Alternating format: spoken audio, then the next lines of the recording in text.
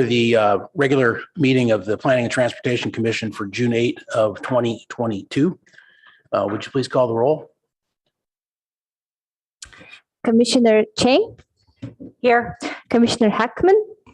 Here. Chair Lowing? Present. Commissioner Regdal? Here. Commissioner Rupervar? Here. Vice Chair Suma? Here. Commissioner Templeton? Here. We have a quorum. Excellent. Unanimous. Okay.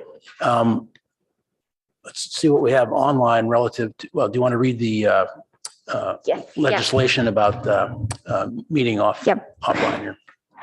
Pursuant to AB 361, this meeting will be held as a hybrid meeting. During the meeting, members of the public may provide live public comment by submitting a speaker card. Speakers may address items that are not on the agenda during oral communications. If the public comment speaker wishes to speak on more than one agenda item, please indicate so on the speaker card. Spoken comments via computer will be accepted through Zoom teleconferencing meeting. To address the board, to address the commission, go to zoom.us/join. Meeting ID is 916-4155-9499. When you wish to speak on the agenda item, click on raise hand. When called, please limit your remarks to the time limit allotted. Spoken public comments using a smartphone will also be accepted through Zoom mobile application. To offer comments using a regular phone, please call 669-900-6833 and enter meeting ID 916-4155-9499. Thank you.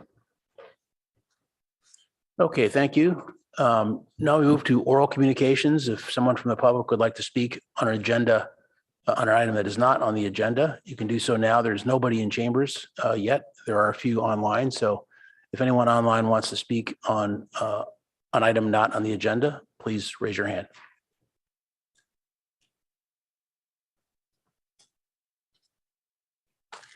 Okay. Then we'll move along. Are there any agenda changes, additions, or deletions? Mr. Heckman. Chair Lowing, I think we need to adopt our teleconferencing resolution. Did we do that? I thought that's what she just did, actually. I missed a vote. Okay. Missed a vote. I just conduct the roll call. Yep, thank you. So I'd like to move that we adopt a resolution authorizing use of teleconferencing for Planning and Transportation Commission meeting during COVID-19 state of emergency. I'll second that. Go ahead with the roll call vote, please. Commissioner Chang? Yes. Commissioner Heckman? Yes. Chair Lowing? Yes. Commissioner Regdal? Yes. Commissioner Rupervar? Yes. Vice Chair Suma? Yes. Commissioner Templeton? Yes. Motion carries 7-0.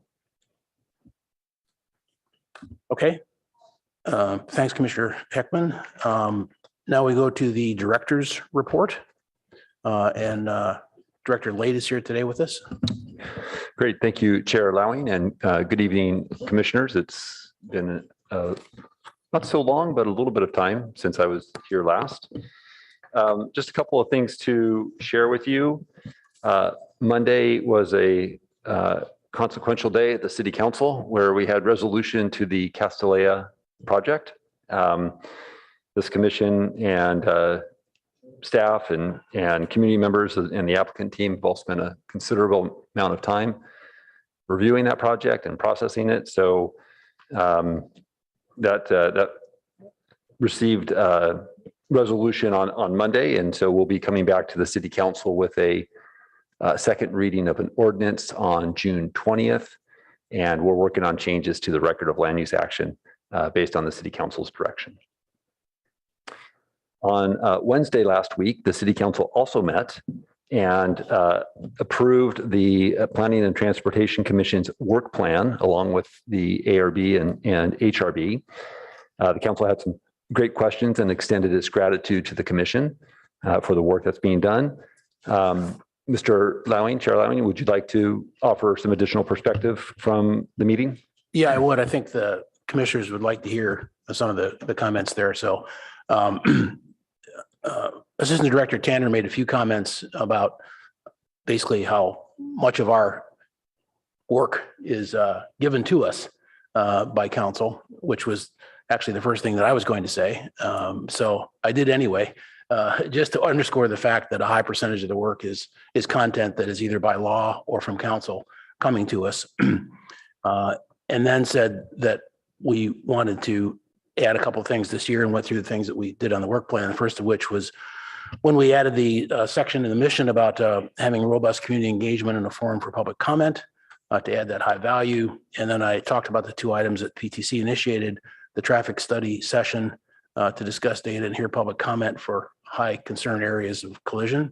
And the second one of we created a structured framework, or maybe frameworks as we put in the work plan, for planning the future of Palo Alto neighborhoods, both existing and new, but particularly new as the housing element goes into place. And then I mentioned that there are some sort of dependencies, and one is that in the Cal Ave area, there's a lot of overlap with other consultants and so on that are coming on.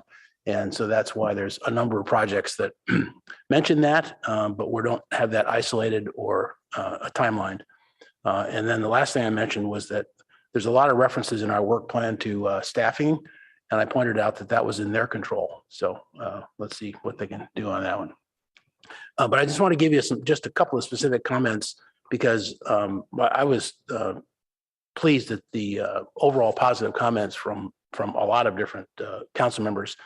First, at least 3, I think, council members love the fact that we have now spelled out the importance of PTC for a public forum. So that was a very strong positive that came back to us. And then I think almost every council member commented on project goal number 1, which is the traffic study. And some of the comments that they made were, let's not just talk about it, let's do it. Let's move along on this thing with some level of urgency. Every possible variation should be looked at, bikes hitting pedestrians, pedestrians hitting cars, cars hitting bikes. I'm not trying to be, facetious, but I mean, they want a real thorough view of this, maybe even beyond what we scope. So I think that's really good and important feedback. They also added some stuff. Although one council member, Council Filsa, said, what are you guys going to do in your spare time? And I said, well, we'll probably come up with something new to do. But then they mentioned that we should do what we can on getting that shuttle started and also just broadly on bike plans. So that was very well received. There was some mention on retail that in spite of the fact that, yes, there's a lot of overlap there, we could look at trying to particularly help restaurants and parking relative to the adjustment that might be made there for restaurants. So that could be a separate agendized item I believe the mayor made that suggestion. And then let's see. Lastly, there was a comment also from Councilmember Filseth that at some point in time on the parking issues that we'll be seeing, he wants to urge that the city does a quantitative analysis on demand for parking so that we have to have data to do analysis about that. So any other additions? I know Vice Chair Suma couldn't come, but she watched it. So if you have any comments or anybody else that watched it. No, thank you for representing us. Okay, thanks, Jonathan. Back to you. Maybe just a couple of other follow-up announcements related to that evening. The City Council adopted the Objective Standards Ordinance. Again, I think the Commission was involved in that as well. Appreciate your time on that. That was adopted last Wednesday. There was a general recognition that there may be some more work that we still need to do on those objective standards, but that what was adopted was good to advance the city's interests and ensure that projects are being constructed in a way that is consistent with our values as expressed through our objective standards. And we have a couple of recruitments that are underway, and we hope to be appointing some individuals to our current planning program, and the assistant director position is progressing. We hope to have some additional information in about a month's time, an update on that. And then just lastly, the city council recess will begin at the end of June. And they are going to adopt the budget for next fiscal year on, I think it's the 20th of June. And if you're going to be, just so we can have a sense for who's here and who's not here, if you're planning on going on vacation relative to the Planning Commission agenda schedule, just keep us posted so that we can make sure that we have a quorum for any future meetings that we're setting up. And that's it. Thank you, Chair. Okay. Okay, any questions for Director Late? Commissioner Heckman? Thank you. Director Late, I think it was in April, one of the items that came to us was a lot split, a parcel map subdivision, where there are currently 4 cottages. I was wondering if you knew when that was going to make its way to council. Yes, I think that is scheduled for August. Thank you. Okay, nothing else for Director Late? Then we'll move on to the first action item, and that is the 2023 to 31 housing element goals, policies, and programs. And I think Tim Wong is on to give us a staff report on that. Yes, so I am here. Good evening, commissioners. Again, my name is Tim Wong, senior planner, and working on the, as the chair said, the 2023-31 housing element update. So I do have a presentation. Medina, if you could please bring that up. Yeah, just a moment. Okay, thank you.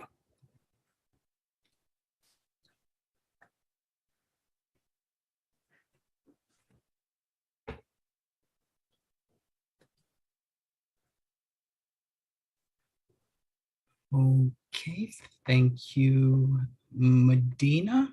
And I will just need to go. If you could just, okay, so again, good evening. Tonight before you, this is one of 2 meetings where the PTC will be discussing housing element goals, policies, and programs. Medina, if you could go back a couple slides, please. Yeah. Oh, no, you're going forward. If you could go reverse, please. Yeah, sorry. Just That's all right. having, for some reason, a trouble. Apologies. Even after 2 years, we're still having these technical difficulties. So thank you for your patience. Okay, I think it should be correct now. Okay, thank you. But as mentioned, this is the first of 2 meetings that the PTC will discuss. Thank you very much, Medina. Next slide, please. So tonight, what we'll be covering is there will be a brief introduction to housing element goals and policies. We'll talk about housing element program requirements. And lastly, the PTC will provide comment and direction on the draft housing element programs that staff has provided you in attachment A of the packet. Next slide, please. And with that, just to do an introduction, the hierarchy, next slide, please. This is a hierarchy of the relationship between goals, policies, and programs, really briefly. So a goal is an end condition statement, a save the world, or a really big picture item. And so the housing element does require goals, policies, and programs. And the policies are some of those position statements that how the city will move towards implementing or enacting that goal. And lastly, there are programs and objectives. Those are the actual implementing items that will be used to achieve that goal. And the reason in this slide, the programs and objectives are in red, that is because when it comes to HCD, or Housing and Community Development Review from the state, they will really be scrutinizing these programs and objectives. And so that's one reason that a little greater focus is being put on programs, and I'll explain additionally why the emphasis on programs. But next slide.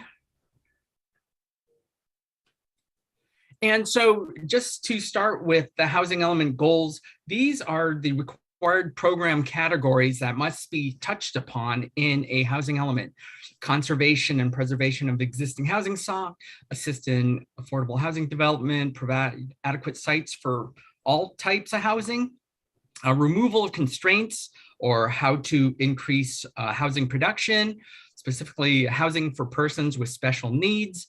And then lastly, fair housing. And fair housing is a new requirement. It had been addressed in previous housing elements, but this is a new state requirement. So based on these program categories, next slide, please, we crafted goals around each one of those categories. As you can see, the first category is conservation and preservation of existing housing stock. And so our first goal, proposed goal, is similar, or addresses that category. And I'm just going to not going to go through all the policies, but you can see the policies that are proposed to achieve goal number one. Next slide, please. For goal 2, it's assisting in affordable housing development. So here's our goal 2, to talk about assisting in the provision of safe, attainable, and sustainable housing, especially affordable housing. That's our goal. And those other policies that are being proposed for that goal. Next slide, please. The third is provide adequate sites for a variety of housing types. And so goal 3 is support holistic and strategic housing development with a variety of housing prices, types, tenures, to meet the diverse needs of all current and future residents. And just to point out, these goals were also, part of it was vetted through the working group, asking them what goals do they have for the city of Palo Alto, and their comments were also inserted or incorporated into these goals. Next slide. And this is an important one, but removal of constraints or increasing opportunities for housing. This is more to the goal of increasing housing production in the city.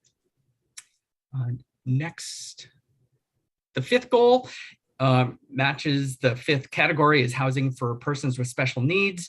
And so to specifically focus on housing types to accommodate persons and households with special needs.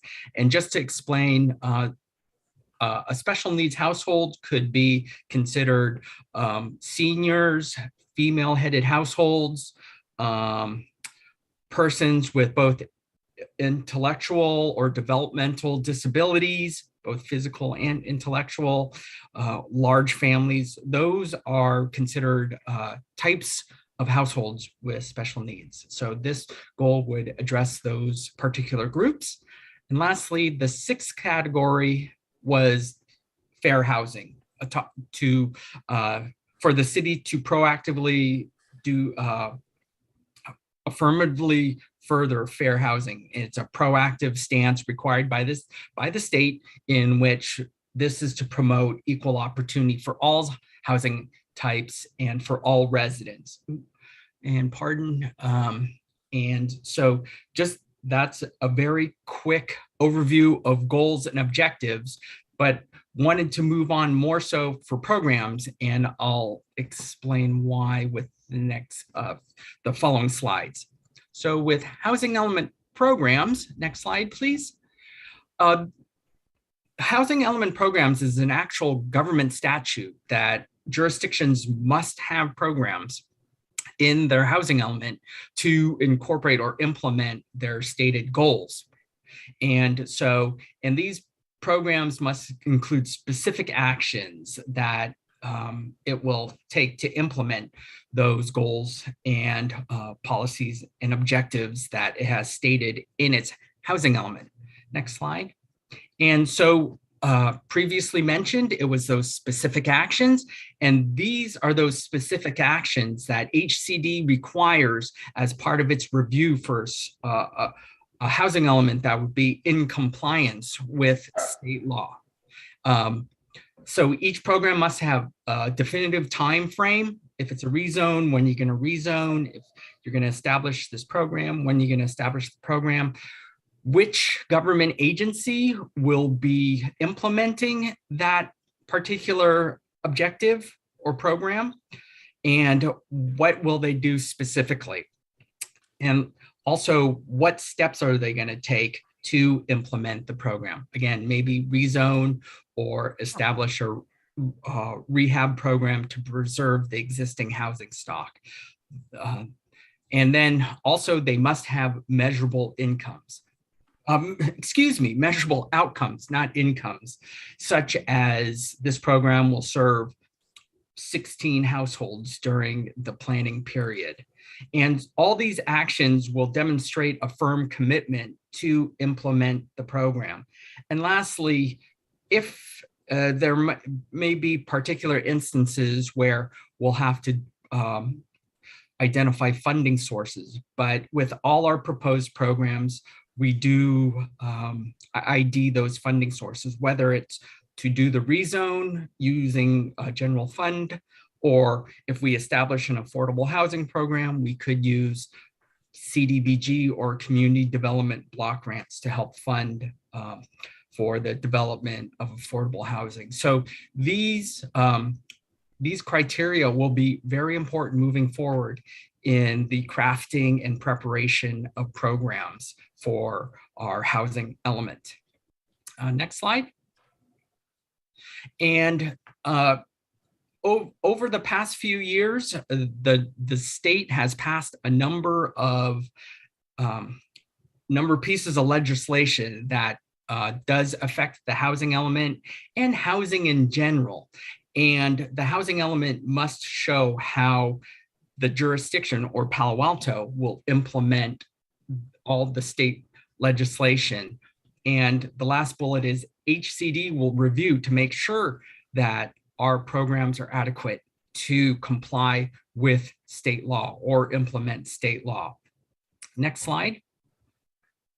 So here is just some of the housing legislation that the state has passed that affect all aspects of housing in Palo Alto and in the state.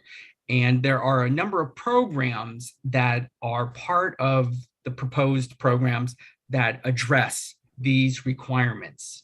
Next slide.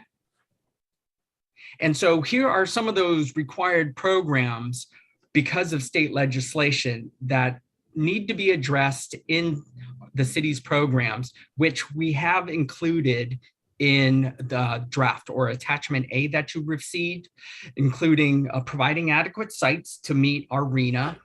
And just for reference, our RHNA is a little over 6,000 units, and we will need to rezone some sites to help meet our RHNA. Preservation of assisted housing developments, it requires a program, replacement of existing affordable units. And also this one, previously identified non-vacant and vacant sites by right development. That is also a piece of state legislation that requires that if we carry over certain parcels from previous housing elements, there is a by right provision that is applied to those sites.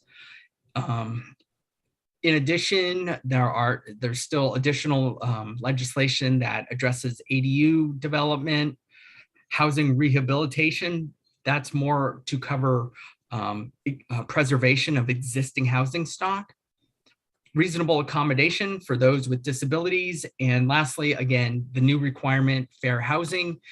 So we do have a number of programs that address fair housing. Next slide. And just to put a framework around how staff has crafted these housing programs. It's to make sure that these programs meet state legislation, what has been required by the state. Second is in addressing fair housing requirements to provide additional programs for vulnerable groups and populations that are identified in the city's housing needs chapter, because as part of the housing element, we have to do an analysis of housing needs, specifically and there's a section that's focused on special needs, and whatever analysis comes out of the will be incorporated to, or programs will address those identified needs. Also, we crafted programs to reduce housing barriers that have been identified in the city's housing constraints, whether that be development standards, permit processing times, to even funding sources for affordable housing. Those are some things that could be potential programs. And lastly, all our programs were also in response to community input and feedback, whether that be from the working group, emails that have come in from the public at large, and also from various interested stakeholders. And so incorporating those comments and input from the community. Next slide. And so just wanted to highlight, this is addressed in the staff report, but just real quickly, the role of the PTC in developing these programs.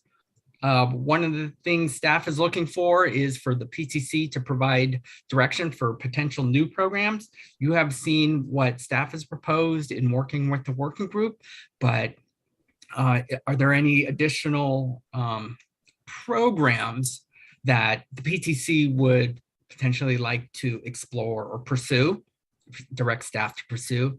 And secondly, understanding that these programs are still in the process of being prepared. As you notice, there are certain programs that may be missing certain data or numbers. Staff is still in the process of filling in those, literally filling in those blanks. But in the interim, we would like to have the PTC review what staff has proposed at this point. In other words, maybe the overall program language at this point, and staff will continue to prepare the implementing details, such as which agency, where the funds are coming from, especially because of workload, maybe those timelines. Certainly, we will put all those implementing details together for PTC to review as that analysis and review becomes available, if you will, for PTC review. Again, we're still doing some studies and looking at a few other, doing a little more research to provide more detail in those programs. So that is what we would, staff is requesting for from the PTC. Next slide. And so in terms of the review of the housing element programs, after this presentation, we will begin reviewing attachment A, which is all the proposed programs. But next slide, please. Just wanted to quickly explain staff's format in formatting the programs. So this is the very first proposed program on attachment A. The green bar you see, where the programs that identify adequate sites when appropriate, with appropriate zoning, that directly addresses a state requirement that we have to have adequate sites to meet our RHNA for all income levels. So under that specific state requirement, we have included all those proposed programs to touch on that particular requirement. And as you can see, the program number, there's the language, and there are those implementing criteria in there. There's the time frame, who's going to do the rezoning for the adequate sites, where's the funding source, the target population, and the implementing objective is talking about the rezone to be able to provide adequate sites to meet the city's RENA. And down below, this is not a state requirement, if you will, but it's more for reference to show what this program is addressing. Is it an HCD requirement, a state requirement, or a local policy, which a local policy initiative could be, for example, something from the 2018 council work plan. So that would fall under a local policy initiative. So just would like to break down how staff moved forward with these or formatted these programs. Next slide. And so that just one last shameless plug for the city's housing element update website at www.paloaltohousingelement.com. And for the commissioners, feel free to contact staff, but the community out there, you can always submit any comments, input you have at heupdate@cityofpaloalto.org. Next slide. And so here is staff's recommendation for this evening is to receive public testimony, review the 2023-31 housing element draft goals, policies, and programs as listed in your attachment A, and provide initial feedback to staff and the PTC housing element ad hoc. So with that, that concludes staff presentation, and be happy to answer any questions that the PTC may have. Yeah, let me just review the sort of working game plan here. So we do want to do a round of questions of staff that I'll call loosely technical questions. They aren't technical in that way, but informational oriented questions without drilling down on any of the objectives right now. And then we want to go to public comment. There are some potential speakers. Then I'd like to get a report of the ad hoc committee to report out on content and process, see where we are. And from there, after your report, the ad hoc, we'll want to sort of sort out exactly how we're going to organize tonight's meeting and how much goes in this week and how much goes 3 weeks from now. And that's dependent on stuff to come before that. And then we'll eventually shift to each one of the objectives as Tim mentioned.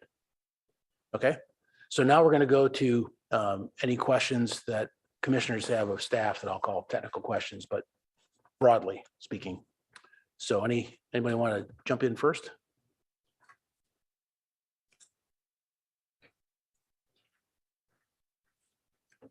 I think that's Commissioner Rectal. Tim, I had one question about the special needs categories. You mentioned the veterans and stuff like that. Is that defined by the state or is that defined by the city? That is from the state. Okay, so what is considered special needs is consistent from city to city. Excuse me, could you, what is the definition? Yeah, I mean, what people would classify what people would be classified as special needs? Is that the same in Mountain View as it would be in Sunnyvale, as it would be in Palo Alto, or does each city shape their list differently? No, the categories are all pretty much, not pretty much, but all specified by the state. Okay. You can go beyond that, but the core group, the core definition is defined by the state. The one question that I had was female-headed households were special needs. How about a single male household? Is that considered special needs? It could be, but the state specifically says female-headed households. Okay. Yeah. That's all. Thank you.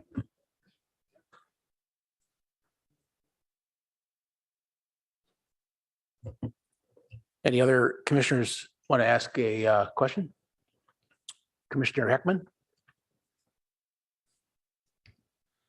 Thank you, Chair. A couple of questions really on the overall staff report.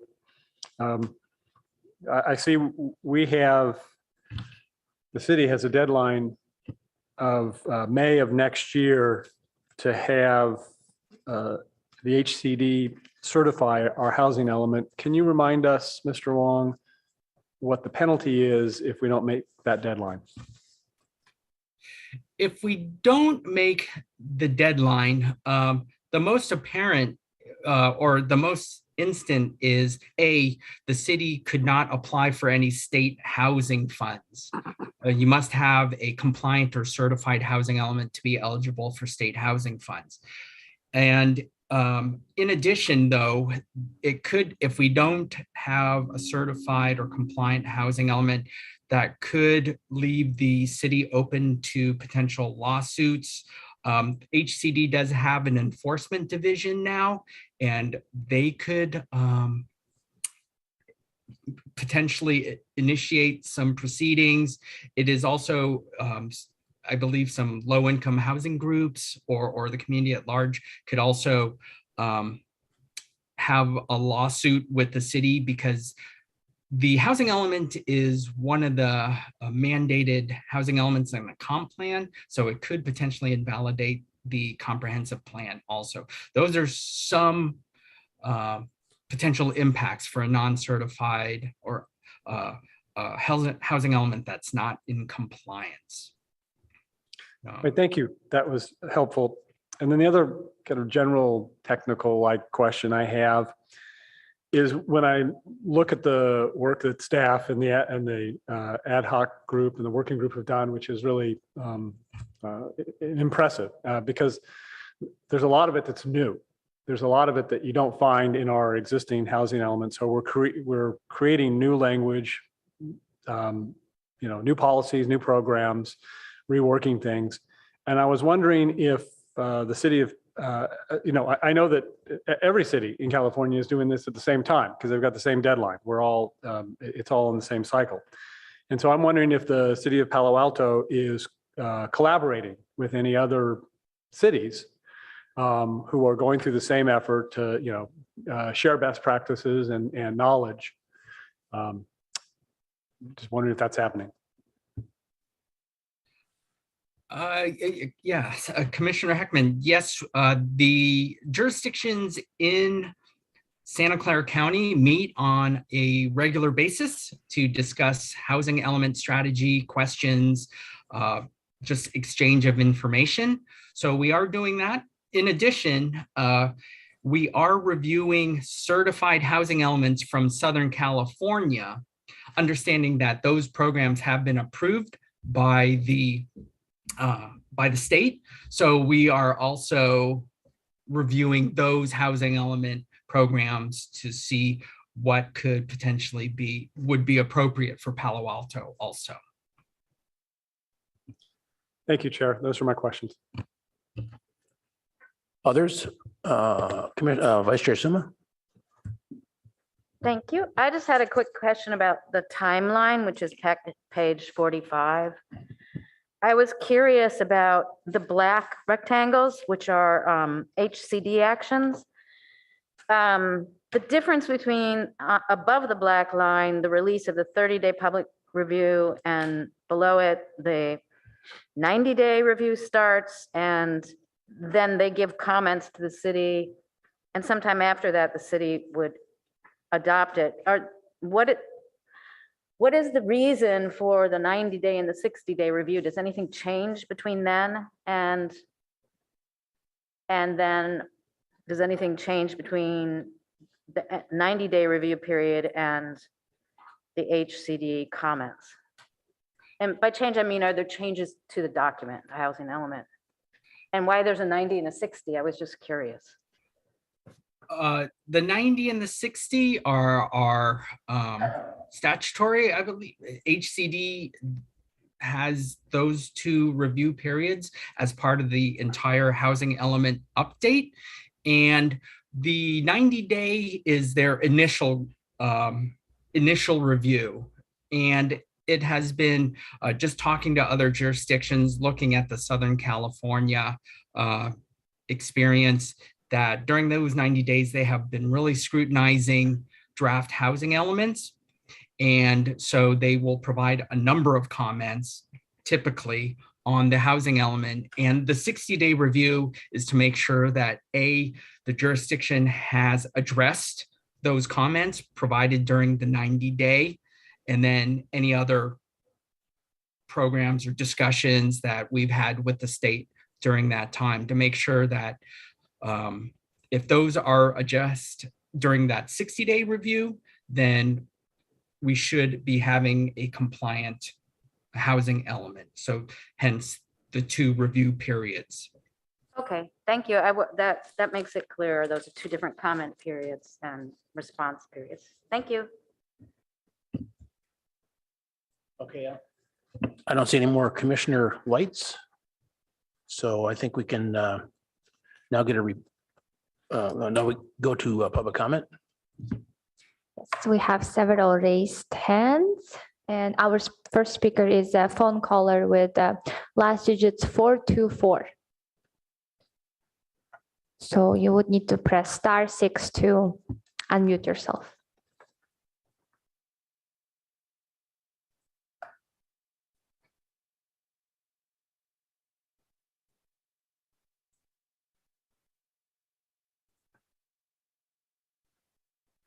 Let us know if you're there. I think this person accidentally hung up. He disappeared from Zoom screen. Okay, let's go ahead and then maybe they'll come back. Okay. Our next speaker is Steve. Can you hear me? Yes, we Yes. can. Thank you. First, a couple of rounds of thank yous to Jonathan and Tim for a staff report that I think is a great start, and for incorporating some of the feedback. They've been very open and helpful with their time. And second, to you all for moving the West Bay Shore project forward last week. I sent you a long memo, and I'll try and hit the highlights. As I read the staff report, they have added sites, which I think makes sense. There's an important distinction. The sites in your site inventory are legal, but I have strong professional doubts that they are feasible. That's one of the reasons that staff is doing a feasibility analysis and has recommended some of the additional programs. So I keep that distinction in mind. I think the additional sites are great. I have 2 other suggestions.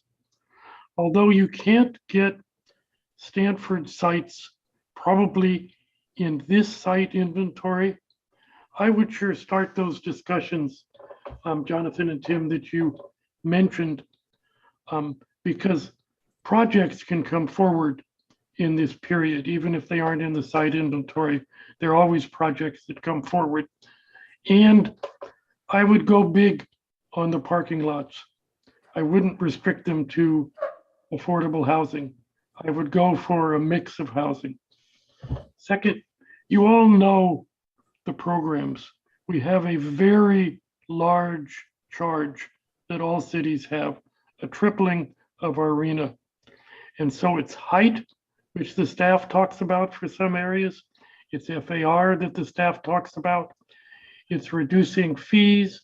It's more by right and process time. It's reducing parking and retail requirements. We know that what we have, though it's good, hasn't even fulfilled our 5th cycle. So we know we have to go big.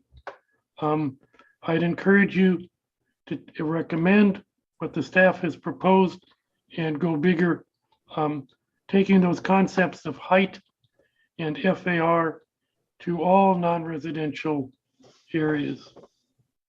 I think, and finally, as the staff said, we are, like many cities on the peninsula, in the crosshairs of HCD. They are going to be looking at this carefully, and I hope that you come forward with a robust and compliant housing element. Thank you. Okay, thank you. Next speaker, please. It's Jean Snyder. Hi, can you hear me? Yep. Okay, good Definitely. evening. My name is Jean Snyder. I have been a member of the Housing Element Working Group, and I'm also a representative of Stanford University. I wanted to thank you for the opportunity to speak tonight, and a sincere, very heartfelt thank you to city staff for all of their hard work in steering the working group to this critical point in the housing element process. I'm here to respectfully request two things. One is to adopt a more holistic planning approach to the current housing sites proposed in the Stanford Research Park. And two, to pause on stipulating very specific design standards and inclusionary housing levels until feasibility studies can be completed. Related to the first request, we appreciated city staff consolidating the Stanford housing sites in one aggregated program. It has made it a lot easier to see all of those prospective sites in one place. It also, however, illuminated for us that the research park specific sites, all located on El Camino at this point, are mostly contiguous. And because of that, there is an opportunity for the city to contextually and holistically address the design standards for this particular area. We would like to request that in lieu of individualized parcel by parcel development standards, that the city staff consider an overlay with consistent parameters so that we, our ground lessees, and the city can collaborate on introducing housing in the research park in a much more holistic and connected way. Our second request relates to financial feasibility.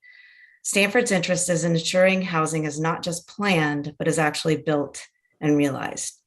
To that end, we are concerned about prematurely stipulating specific design requirements at this stage of the housing element that may unwittingly render housing infeasible to build at the numbers that are identified for these sites. Another area of feasibility concern is with the inclusionary housing percentages stipulated for the Stanford sites. Prescribing affordability percentages now seems premature when the city has identified a housing element program to study feasible inclusionary housing percentages for rental communities. Our request is to delay stipulating any inclusionary housing on any housing element sites, including Stanford's, until after the city completes its planned feasibility analysis and adopts a citywide inclusionary ordinance for rental housing. We thank you for your consideration of these requests, and we're here to answer any questions you may have. Thank you. Thank you very much. Our next speaker is Hamilton Hitchings.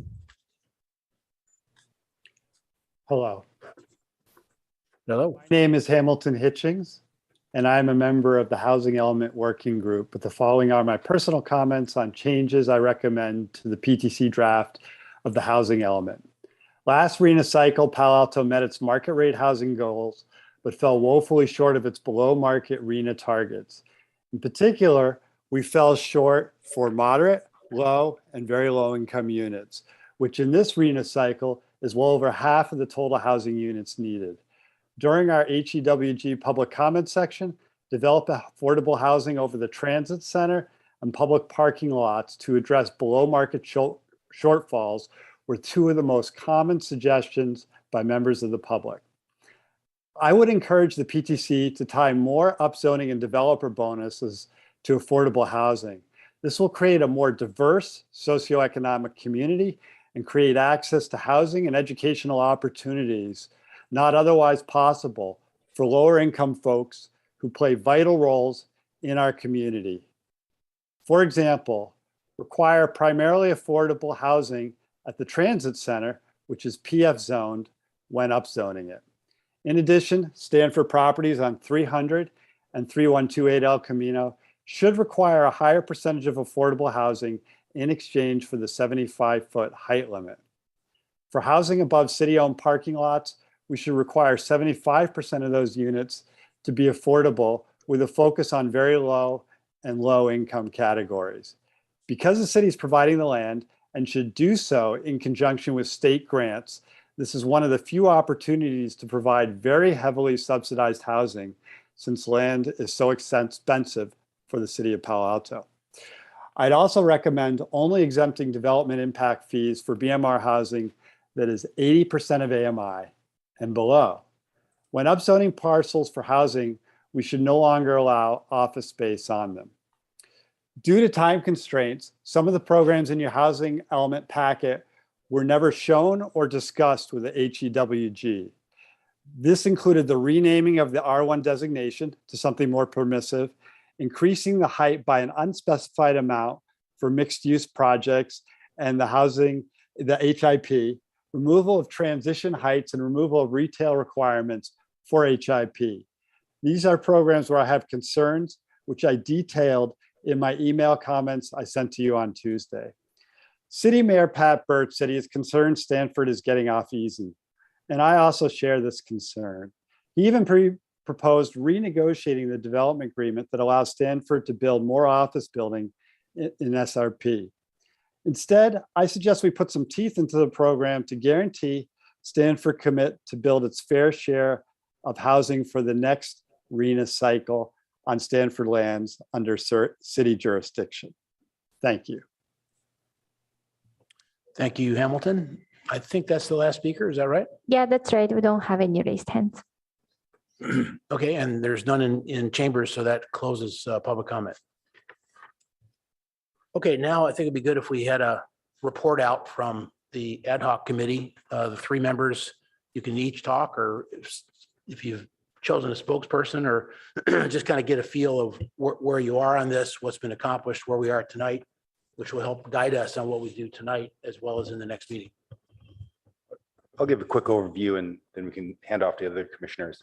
I'm a little ahead of them because I've had plenty of meetings, and we've had 2 meetings now in the ad hoc, and we've just scratched the surface. Really, they've been introductory. We've had some good discussions. I think they've learned a lot, but we haven't gone any specifics about sites or programs. Really, we've had some good discussions, but I just think there's a significant amount of additional material that they need to cover. So I'm concerned that this is not going to be trivial. Okay, other ad hoc members? Commissioner Chang? Can I first just ask that we can see Commissioners Rubivar and Templeton on the screen in front of us, because we can't see their faces? No, we just, it's an issue of, it's a technical issue where we're not seeing your faces the way we normally do. Oh. Yeah, so we want to see your face, your smiling faces. Let's see, just a second. So we can't see if you have hands up either. Well, I can pick that up on the iPad here. Yeah, but I'm looking for hands all the time now, but I want this to be a true hybrid meeting so that we can see their faces. Yeah, I changed it. Okay, and in the meantime, while they're figuring. Sorry for interrupting you, Commissioner Chang. I changed from gallery to speaker view. Maybe now we'll be able to see Commissioner Templeton and Commissioner Rupervar when they speak. Do you need us to say something? Can you see us? there we go. That There you works. We only see you if you're speaking, but normally we have a gallery view where we can see you even if you're not speaking. Isn't it just the switch to gallery view button, Medina? Medina's working on that right now. Okay. Yeah, right now we only see what is being captured by video. Oh, but we can do it on our monitors too. On the upper left dots. Dots on the upper left. I don't have that. Looks like a keypad. It says switch to gallery view. Get apart. Okay, I have it now on my personal view. Okay, thank you. Yep. In the meantime, in terms of the update, I think Commissioner Rechdal covered, we've only met twice. The first time was much more of a process overview. The second time we did review, we sort of started to review programs through, I think, program 2.2. But what we see here in the PTC packet is still a little different from what like there's been additional staff work that has been put in to the 1.x programs. So that's the main update that I have to give. Commissioner Templeton, is there anything that you'd like to add? No, I don't have anything to add at this point. Thank you. Okay, Tim, you're online. Okay. We went through in the pre-meeting yesterday, you said we went down to what number? Do you concur with the report from the ad hoc? Unfortunately, I was not at the last Friday meeting, but I had heard they had made it through program 1.6 in talking about the Stanford University program, but maybe they went a little bit Okay. beyond that. Maybe Mr. Lake can comment on that. Yeah. Yeah, thank you. So we did it. We went through for the first two programs, and we stopped at program 3. And to Commissioner Chang's point, we did staff, as we have said, throughout this process, this is going to be an evolving document that responds to our work and research. And so there are programs, even since the ad hoc, when they've looked at this, where we've evolved it further and made some refinements. And that's just where we are in this process of having to make changes. Going forward, what we'll do is after we look at this document tonight, we can begin to do like a strikeout underline format so that you can see as a group where changes are being made. So I think tonight this will be a good sort of starting place for us, and then we'll be able to track those changes going forward.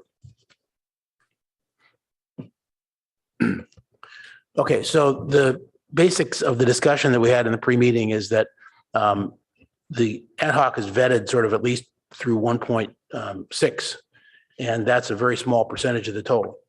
So obviously that means we can go through 1.6 and then say, ad hoc people have another 5 meetings before our next meeting, and then we're going to go over the rest of it. Or we can say, because of the time constraints and where you've gotten so far, all of us just have to jump in tonight on some of the things and move it forward. After which the ad hoc could still go back and work the things that we do, as well as, we don't expect to be finished tonight with everything that's here. The second aspect of that is that there are some items that are missing a lot of data, and it may not make any sense to address those at all. For example, the HIP program on packet page 33, pending additional analysis is on almost every one of those bullet points. So I don't see any reason to be digging into that one, and we have to push some anyway to the next meeting. So that would be an obvious one to push. So it seems to me like those are the two options, is that we just go through 1.6 and say goodnight, or we go through 1.6, maybe more easily, and then with more difficulty start moving beyond that to see how much that we can do. That's not ideal. I was hoping that we'd have more pre-processed by the ad hoc, but here's where we are. So comments from commissioners? I have one. Commissioner, yep, I just saw your hand go up. Go ahead. Thank you, Chair. Yeah, I would say that your hopes for how much we can get processed and pre-processed on the ad hoc committee, we may not reach that. We do have limited time and we are on a deadline. We have had some really good discussions, and I think it's possible that if we have a good dialogue here tonight on as much as we can, that we can then take that back, and maybe post-process might be the better way to do it. Just throwing that out there as a possibility, because I still think we can add value, but it's a tremendous amount of work, as you noted. If possible, could you turn up your speaker a little bit? I mean, sorry, your mic. Okay, other thoughts? Is this better, Chair? Yes, way better. Thank you. Okay. So did you hear what I said? I think so, but did everybody hear it? Okay. Okay, thanks. So let's see, Commissioner Heckman. Oh, really? Yeah. You had your light on, didn't you? I did. Okay. So just trying to understand the way that things are laid out in attachment A, it's the goals and policies and then the programs. So when you're talking about us getting through at least 1.6 tonight, are you talking about doing all the goals and policies and then starting the programs and getting to 1.6? Well, they're coupled, and the fact of having 1.6 have been pre-worked by the ad hoc, we can certainly get through those. But then I think we just take attachment A, like we have with other things in the past, and just move through them as best we can. Okay, so, but if we were to stop at 1.6, for example, does that mean we would not talk about goals 2 through 6 tonight, or the policies under those, or the programs under those? It's up for debate. Okay.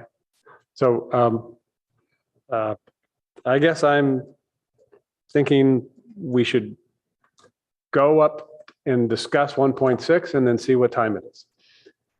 That's fine. Because I don't really have a good sense of how much dialogue there's going to be, how long, maybe it's going to be condensed, maybe it's going to be stretched. So that'll just be a good check-in point. And then we will kind of understand the flow of our dialogue and maybe have some sense for how much work is ahead of us. I agree with that. And then the caveat is that that's already been pre-processed. So the stuff after that might not be as efficient. So we'll have to add that to our analysis. Commissioner Chang. I just wanted to add from the ad hoc report that we did not go through the goals and policies in great detail and focused most of our time and effort on the program specifically because we think that's where HCD is going to be having the most scrutiny. And so we did not wordsmith, we thought they were pretty good as is what I would say. And then the second part of my comment is just that I agree. Let's check in after we finish 1.6 and see how we all feel. Yeah, I think the main focus of our responsibilities in the next 2 weeks anyway is programs. So anyone else? I don't see any more lights. So let's jump in. So if Tim can come back on and put up, did you have another comment, Chair Heckman? Well, before we dive into specific programs, I did have a couple of overall comments. Sure. On the whole of attachment A. Sure, go ahead. So the first one, as I think my fellow commissioners know, what staff is looking for, particularly tonight, is feedback. And in advance of the meeting, I went through all of attachment A and hand marked some feedback, some suggested changes. And those are just for staff's consideration and the PTCs, and they are public comments. So members of the public, you can access those as well. A few of those are just typos I caught. The rest I would describe as either intended to clarify language or in some occasions to provide more flexibility. Because I think as we enter into this new housing cycle, flexibility is going to be paramount.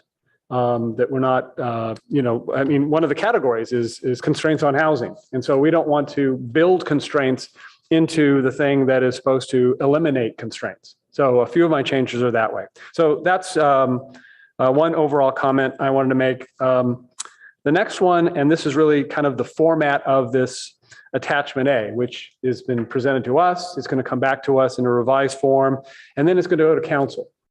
And so when Mr.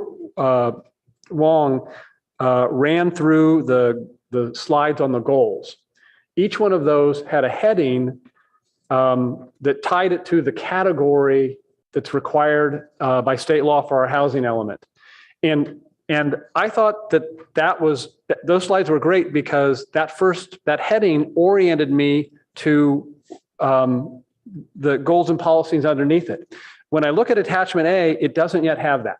It just says, for example, goal 1, and then it states the goal. So a recommendation I have is to add those headings, those 6 categories at the beginning, for goals 1 through 6, to help orient us and particularly the council next time around. So that's a suggestion. And then the other suggestion I have is these concepts are linear.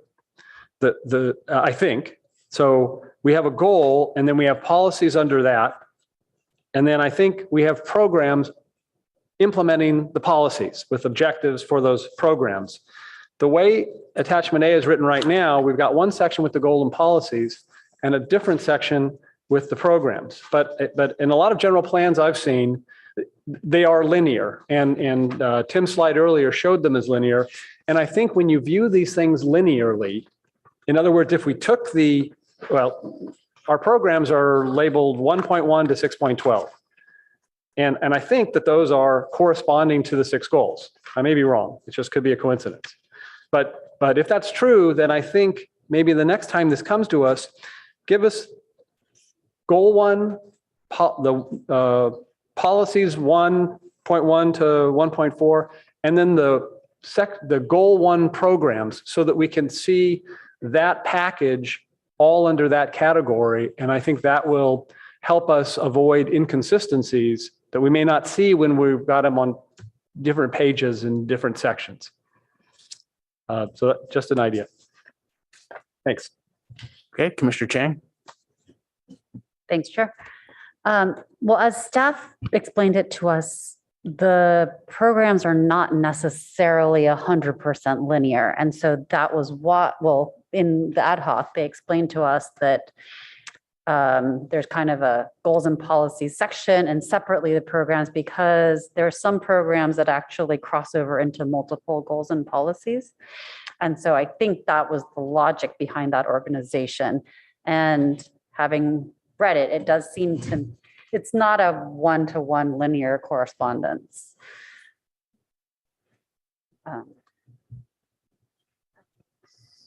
Okay. Oh, they have that comment. No, I said you had that comment. Let's see, who's up now? Vice Chair Sima?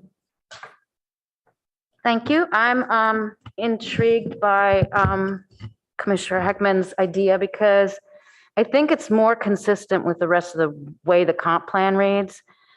And if staff thinks that's a good idea, I think it might be easier for people to use the document that way, because the goals and programs and policies are under the goals, specifically in the rest of the comp plan. Are there any downsides for it, Mr. Wong or Mr. Waite? So no, it's this format has been, you can see the format that we've recommended in housing elements from Southern California. Similarly, you can see, in fact, we started off with goals and policies and programs when we were going through the working group discussions.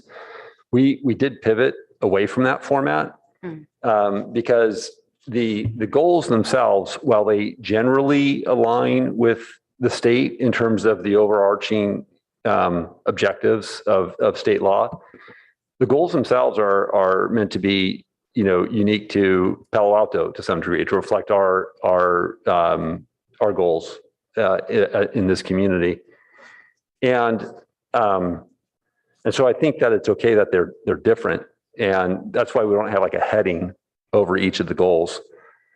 We did want to provide a heading under the programs because there it's clear the state has an interest in making sure that you have programs that meet these certain criteria. So for people who are reviewing our housing element, and we know that people will be reviewing our housing element, we wanted to be really clear for this state requirement, here are the programs that we think address those issues. So we can have a really focused discussion on programs, which is really where the rubber meets the road. We can talk about goals and policies, and that's important because it helps frame the direction that we're heading. But it's the programs and in particular, the implementing objectives that are critical in HCD's review and the public's review of our document, which is why we separated it. They're together. They need to work together, but we thought from a review standpoint, this might be a better format. But we can certainly we hear the perspectives, and we're happy to go ahead and take a look at that further. Okay. So any other comments? Oh, were you done, Vice Chair? Yes. Okay. Commissioner Heckman. Okay. So I appreciate that explanation. And the reality is, I spent a few hours working with this, but staff has spent, dozens of hours. And so it's helpful for me to understand that perspective. If you want to keep them separate, then I think I'd ask you to consider a couple things. First, renumber the programs so it doesn't look like they correspond and they're just moved to the back end. Any kind of numbering system. The other thing you might want to consider, if we're going to keep all the goals and policies up front and then all the programs to follow, and the HCD might appreciate this, is some cross-referencing. Like when you're listing the programs, refer to which goals or which policies, and there may be multiple. I think Commissioner Chang mentioned that they can cover different ones. So if you do that kind of cross-referencing, that's going to make it easier for the HCD to connect the dots, and the easier we make it for them to connect the dots, the easier it is for us to get certified. Yeah, understood. I think that's a great suggestion. We'll definitely, consider all of these comments. And if we keep the format, let's do that cross-referencing. I think that's a good idea too. Okay, great. Thank you. Let's see, Commissioner Rectal.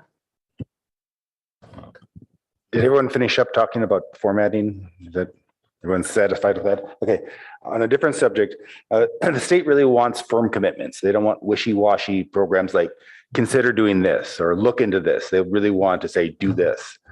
The problem with that is that sometimes some of these programs require some investigation to find out the right answer. We don't know what the right answer is right now. If we knew the right answer, we'd probably be doing it. So I don't know sure if Jonathan or Tim wants to talk about this. How do we balance giving firm commitments to the state with actually being responsible and doing due diligence in investigating these issues? Yeah, that's a great question. And I think one that we're kind of stumbling our way through in the process, where Chair, you noted the housing incentive program. Here's an area where we're looking to be specific about that, but we still don't have enough information to do that. We do think that we need to have some specificity to be clear about what it is that we're to address the feasibility standard of our suitable sites. There are other areas, and this is included in our programs, where we talk about changes to the inclusionary requirements, and we don't know because we have to update our feasibility study again.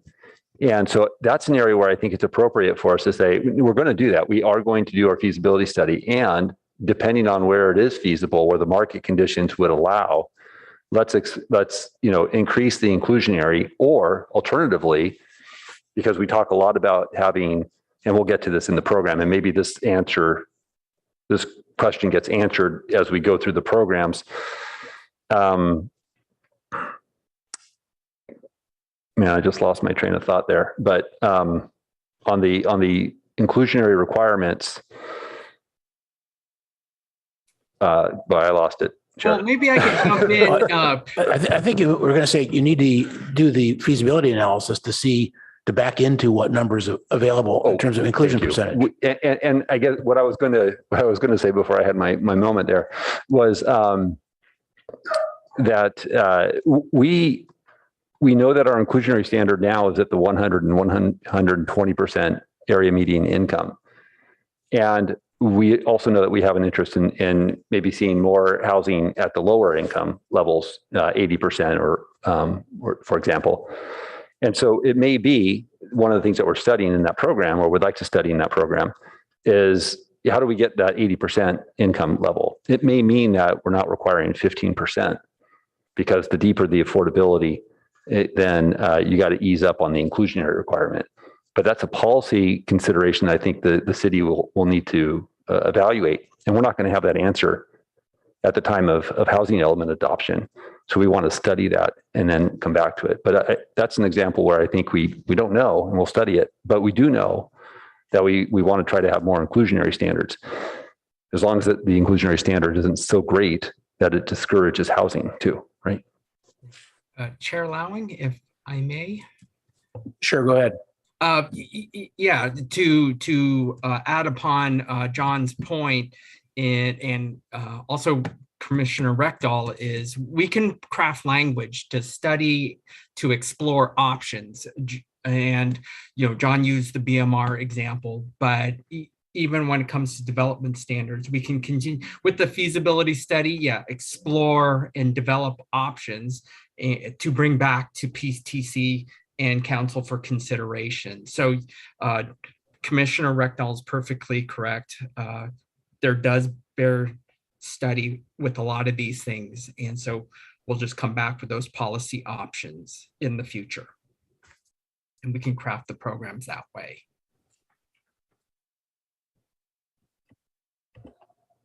Was that all? Okay. That's it. Sorry. Yeah. Okay. I don't see any more lights from commissioners at this point. So I think we should jump in, and I'd like to suggest and see what the ad hoc thinks is that since you've already been through these first ones, if one of you, excuse me, if one of you could lead on each one to give us the context of where you ended up or you made no changes or whatever, just so that we don't have to ask the same questions all over again. We can try that and see if it works. Is that okay with everybody? Commissioner Chang. Just a quick question. So are we going to discuss goals and policies at all? Or are we skipping straight into the programs? I think unless it's super pertinent to the program, we don't really need to, particularly given what Director Late said, that they're meant to be kind of umbrella programs. I'm not going to rule it out if there's something that's important there, certainly. Chair, if I can offer also. Sure. The, what we would like to know from the commissioners is if you see, so they're very broad statements and they get increasingly more specific as you go down that hierarchy. If you feel like we've missed something that we need to articulate as a goal, we would like to know what that is. If you think that we got something wrong in terms of this isn't really a value to us or this policy is not correct, we would like that to be flagged. I think the goals are, nobody has spent, a considerable amount of time on them. And I think that's in part and parcel to the nature of the goals and policies themselves.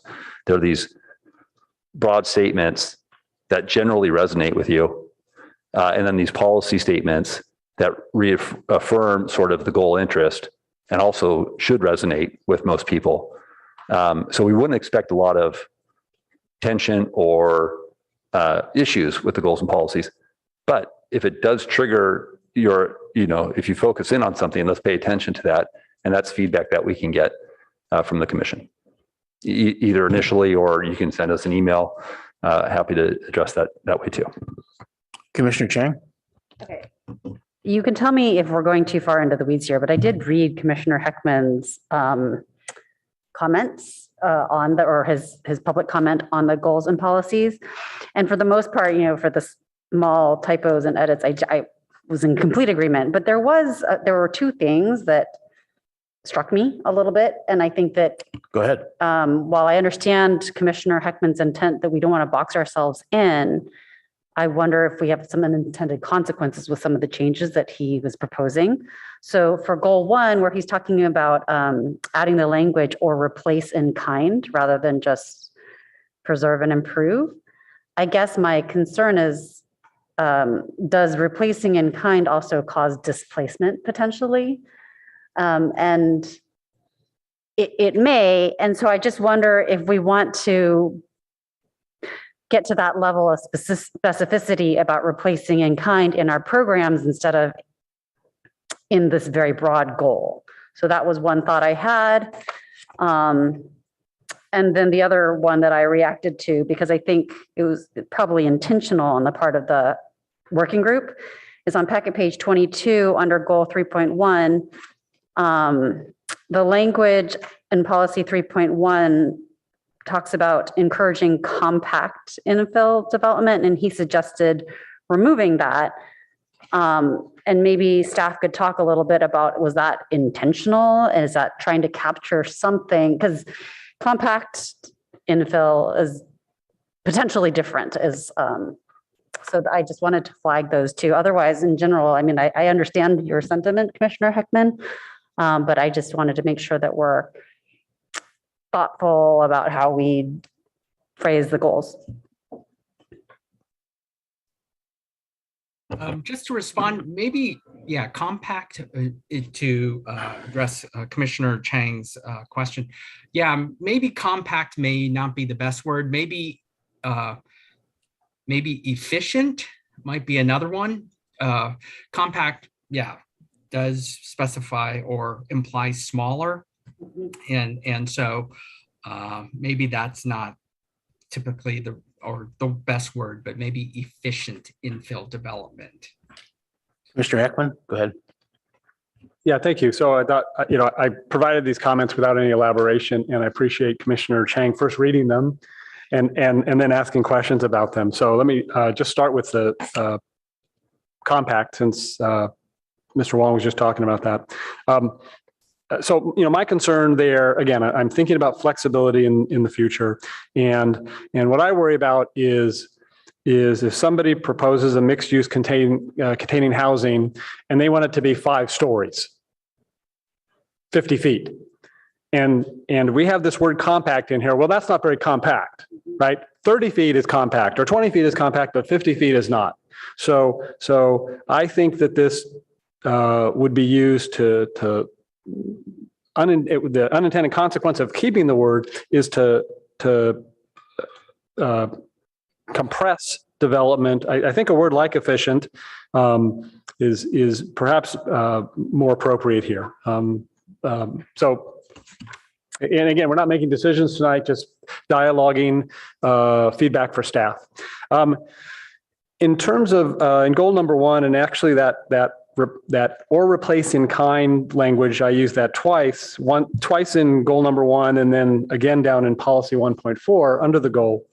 And the concern I have that I'm trying to get at there is we are a built out city, and that we don't have vacant land.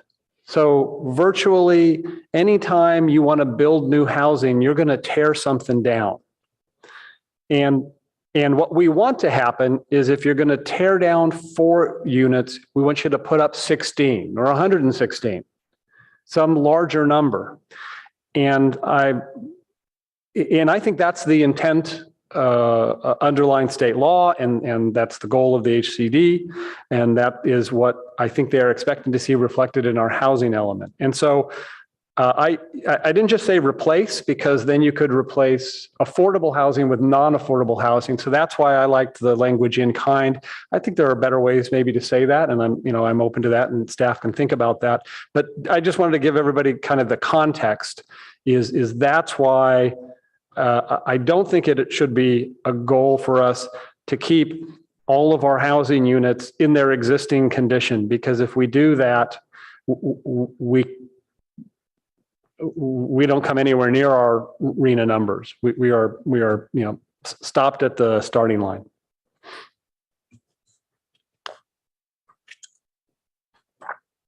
Vice Chair Suma.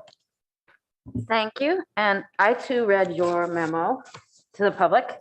So I will comment that I think, where is it? The compact, where compact is. I just don't think you need any word there. I personally don't like extra words in law that have to be interpreted. So, encourage infill. As to the in kind, I didn't really know what you were going there for. I was afraid it would, see, this is the thing. I was afraid that might mean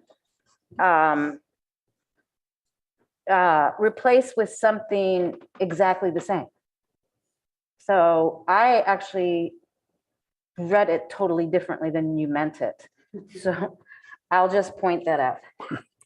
And then as to your suggestions, and the punctuation stuff is fine. As to your suggestions for policy 1.4, maybe you can explain what you were looking for there, because I wasn't really understanding. Sure, if I may, Mr. Chair, respond to that. Of course. So the language that was there seemed to me to be disjointed, because first it talked about lower income units, and then it talked about existing units. But my impression is they were talking about those because they're talking about retention of lower income units and replacement of, then I think they're also talking about lower income units there. And so I was trying to clarify that whether you're talking about retention or replacement, this is our policy regarding lower income units. Rather than this is about two different things. If you're going to keep a lower income unit or replace an existing unit, which may or may not be lower income. So I thought it was confusing the way it was written, and I was trying to clarify it the way I thought it was intended to communicate. So thanks. And I also think the in kind here is where I get stuck. Yeah, and maybe staff can. You're right that it does have a meaning, but it could be easily misinterpreted. And I think if people are interested in clarification, I think staff can at least consider whether there are other ways to clarify these points using language that is, not that vague. Yeah, and because I actually looked it up, meanings, and it almost most frequently refers to a financial arrangement, it seems. And I was sure that was not what you intended also. So. Director Late, did you have a comment here? Yeah, I think the ad hoc actually talked about this policy in particular, and this is one that I think the housing element working group also got stuck on too.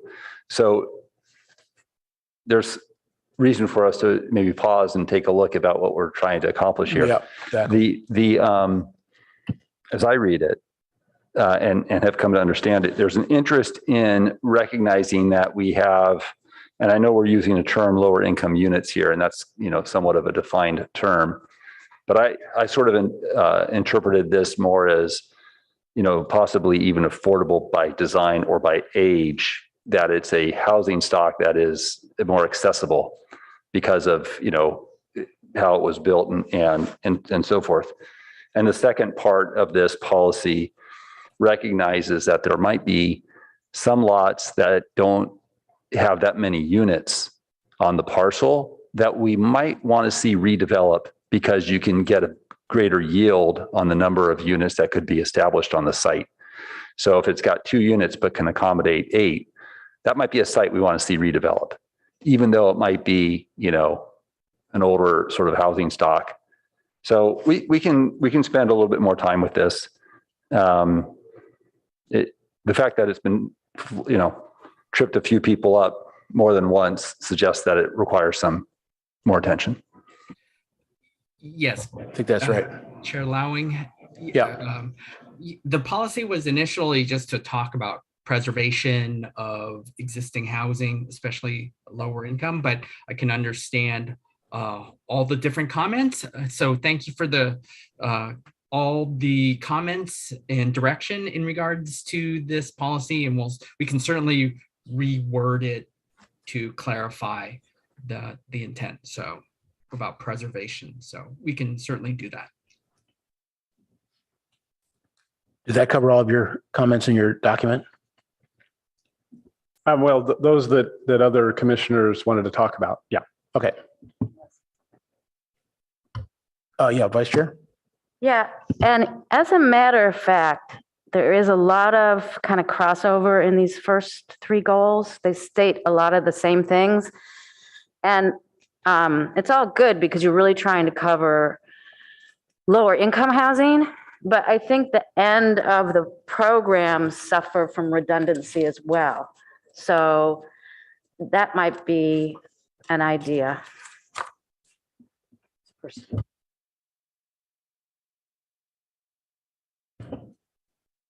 Okay, so are we comfortable starting with programs now on page 25? And a ad hoc person could start this off on that one? Okay. Commissioner Chang? Sure, not much to say about this one. We didn't think it was particularly controversial and kind of left it as it was. That's a very concise report. So, I mean, in summary, though, there are ones that Director Late had flagged for us that are going to be more controversial and others that were not. And so for the ones that were not, we just kind of scanned them, said, yep, doesn't seem controversial. So this is one of those. Okay, do any other commissioners have comments on that one?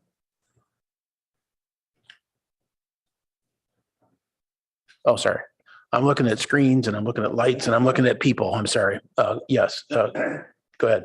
Yeah, in program 1.1, I mean, the first thing is these are big numbers, right?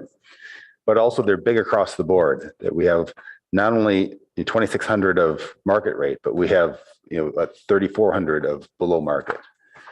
And that sometimes can be in conflict, right? If we put in, like Director Leda talked about, if we increase the inclusionary requirements to 20%, that may boost below market, but it may actually hinder our market rate. So there's kind of this tug of war, is that what do we concentrate on? Do we say that, well, market will take care of itself and we concentrate on the low end? Or do we say we have to concentrate on both, or what? Then Director Relate brought up a question that I did not know about, that the state has specific penalties if you do not meet market rate, and not as specific penalties if you do not meet below market. You want to talk about that, Director Late, please? Well, actually, so you're referring to Senate Bill 35, and there's actually penalties for missing your affordable targets, and we are subject to that today. Okay. And there you want to describe how the penalties differ, or if they do differ? So if you're not meeting your arena targets for market or affordable, SB 35 kicks in. I think there's like half dozen jurisdictions in California that are not exempt, that are exempt from SB 35 because they're meeting both their targets, maybe a little bit more. So if you fail to meet your low income targets, a housing developer that provides 50% of the units as low income or meeting your below market requirements set forth in the law can be approved ministerially. And there's a whole host of other requirements that need to be met: living wage, salaries for the construction workers, et cetera, et cetera, et cetera. So you're not typically going to see that kind of a development take place. If you do, you're going to see it in the form of a nonprofit probably building 100% affordable housing. So the fact that we in other jurisdictions have not met the lower income units has not resulted in a significant increase in development activity based on SB 35. Where we fail to meet our market rate targets, which is brought up many times, that we have not missed, in the past, we are in jeopardy of missing it in the future because the number is so great. And if we do fail, and I think the state checks in on this every 4 years or so. So 4 years into the housing cycle, if we're not on pace to meet our market rate production, now projects that are that provide 10% of the inclusionary requirement, or I think because we have a local standard that says 15%, they would have to provide 15%. If you meet that standard, it's processed ministerially based on objective standards, and so on and so forth. So do they have to be zoning compliant? Can they, for example? Well, it would, yes, it would have to meet the objective standards, but they presumably would also be eligible for state density bonus. And state density bonus grants you opportunities to go beyond your base development standards if needed. Okay. So for example, if you had a residential lot, you only could build residential on that. You would not be able to put mixed use on. Yeah, you're not, that's correct. Okay. So yeah. mean, that whenever you lose control, that's troubling, but it sounds like it's not quite as dire as I thought it was. And that as long as you have written good objective standards, it's just shortening the timeline. You may not be able to get, like the ARB would not review this. You would be able to go straight through. So this is an area that is embedded in our programs, and it's a question the community is going to have to really answer. And when I say the community, through the commissions and as represented by the city council, we enjoy design review in town because it gives us a chance to influence the project in terms of how it looks and fits in with the neighborhood. It also provides for an appeal process to city council. And the fact that it's discretionary and the fact that it could be this protracted review process subject to appeal makes it discourages developers because of time and uncertainty and all that kind of stuff. So to the extent that we do have objective standards, maybe we can get to a place where the community is comfortable with having some level of certainty, knowing it's going to be this high, it's going to be this much FAR. I know what could happen, as opposed to, and that's what the HIP speaks to. And if we get to that this evening, maybe we don't quickly brush over it, but maybe speak conceptually about what it's trying to accomplish, as opposed to a project that is looking at your base zoning and asking for a bunch of waivers and concessions for which the city may not have as much control over, likely doesn't, in terms of height or floor area or setbacks or whatever it takes to build the units that are allowed for in the base zoning. So I think, again, we're on program 1.1, and I think as we get further down, we can get into some of the details of how staff is suggesting some paths on how we can provide some clear expectation for the community, but also providing a clear and objective path for home builders to understand what it takes to build in Palo Alto. And hopefully they align neatly in the middle where it works for everybody. That's the goal. Thank you. Okay. Is there any other comments on 1 point? Sorry, I already turned the page. 2. Oh, sorry, 1.1. Right? Right. We're finishing 1. Yep, exactly. No, okay, then 1.2. Would an ad hoc member like to comment on that? No, this wouldn't, not much to talk about. You want to take that one, Commissioner Rectal? Oh, you talking about 1.2? Yeah. Yeah, just, well, we have the no net loss. The 166, does that expires, the sunsets, the no net loss? So there's 2 no net loss concepts.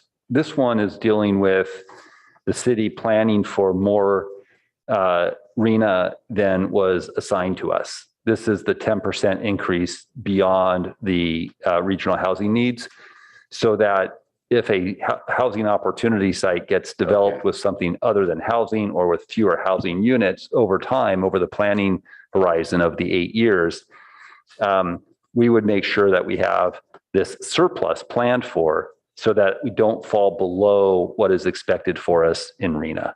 And so what the objectives do in this particular program is lay out all of those sort of mechanisms that we will have today and will continue to implement going forward to make sure that we don't fall below our planned number.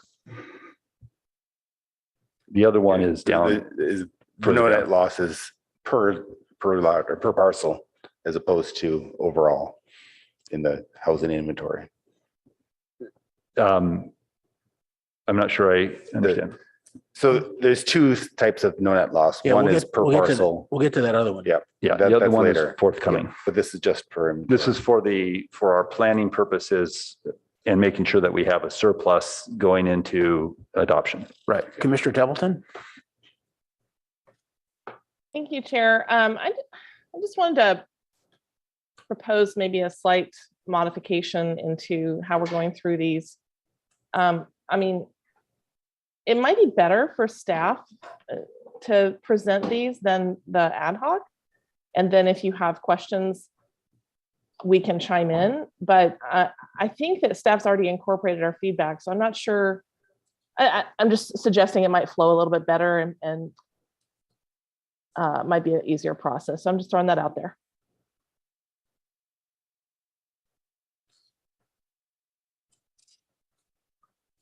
Well, we've only got about 4 more to do. So, Okay. did you have any other comments? I don't have any comments on 1, 2. Okay. Any other comments on 1, 2? Okay. 1, 3. Sites used in previous housing cycle. Commissioner Chang. All right, this was another one that is not controversial for us because this is basically just stating what the housing elements and what the state, what's dictated by state law. So it's just modifying the code to allow to be consistent with state law. That's the simplest way to say it. I think we've all read this one, so if you want me to go deeper, I can, but. That's fine.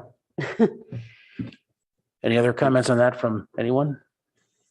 We did have one question about, it was different between the draft that we saw last week and this. Was it just the text was it cleaned up, or did you find some difference, some discrepancy with? On program 1.3? Yeah, 1.3. I'm not recalling a change on this one. Was it, which one was that? 1.3. Commissioner Chang is saying there was no change. Okay. And if I could just jump in, just a little information, the blank, there are 16 carryover sites. So this by right provision will apply to 16 sites on our housing inventory, just to let you know. Okay. Commissioner Heckman? Mr. Wong just answered my question before I could answer it. He answered it before I could ask it. He's good, isn't he? Yeah, thank you, Mr. Wong. Okay. No other comments? Then 1.4. Someone want to take that? Doesn't matter to me if it's staff or ad hoc. I was just trying to, since the ad hoc worked, I was just going that direction, but.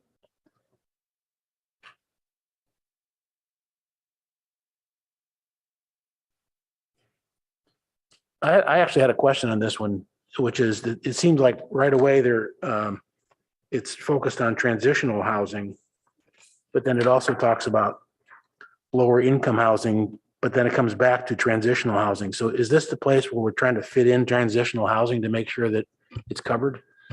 So thank you for that question. Tim and I had actually talked about this one, and I'm wondering if this got blended with another sort of discrete program or implementing objective related to transitional housing. So we'll take another look at that. And unless Tim, you've researched that and already know, but okay. So barring that, I think the reason this is noted as revised from again, when we have these notations on here, it's not so much from the ad hoc group, but from the original housing element working group recommendations. A lot of this stuff gets revised because we have more specificity. This one was updated to reflect the council's previously stated intent to redevelop surface parking lots, or at least explore the possibility of redeveloping them with affordable, but also with the possibility of market rate. So it was that inclusion of market rate housing on the surface lots. I thought it was all I don't think that HEWG talked about transitional on parking lots Yeah. at all. I'm And sorry, I don't think council did either. right. I responded to transitional and then I made a switch to something else. I agree with you. I think the transitional housing is something that got blended with this one, Yeah. and we'll take a look at that offline, Tim and I, Yeah. to see if that gets pulled out and becomes another implementing objective. So put that aside for a moment. This program on surface lots, the working group favored, as we heard in public testimony this evening, to use the surface parking lots for affordable housing. And that was a strong sentiment on the working group. If you're going to use public land, it should be used not for private purposes of profit, but for affordable housing. The council has weighed in on this already and has given direction to staff to prepare an RFP for a public-private partnership that may include market rate housing. So this program has simply been updated to reflect the council's already previously stated perspective on this issue. Okay.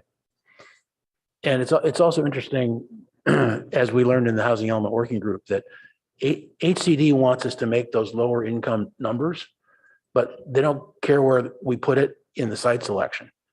So whether this was 100% housing or 0% housing on parking lots, they don't care. To them, it's just units, right, that go into inventory. We care eventually because we have to both house the people, but also make the quotas.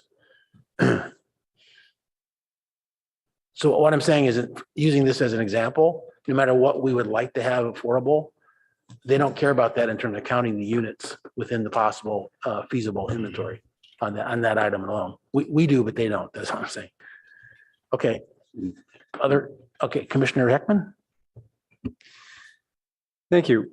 When you look in 1.4 at objective A, it contains two sentences which to my reading seem to be entirely discrete exercises. And so I'd ask staff to take a look at that. And if that's right, consider making that A and B and then changing current B to C. Okay. We'll take a look and consider it, but understood. And Commissioner Chang?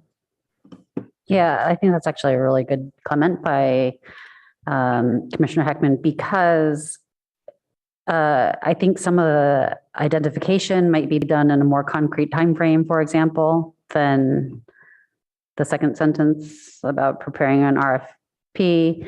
And so I think to lend specificity to the program, breaking it up into the different pieces and then attaching timeframes where possible will make it seem more credible. Thank you. Okay, any other comments on this one?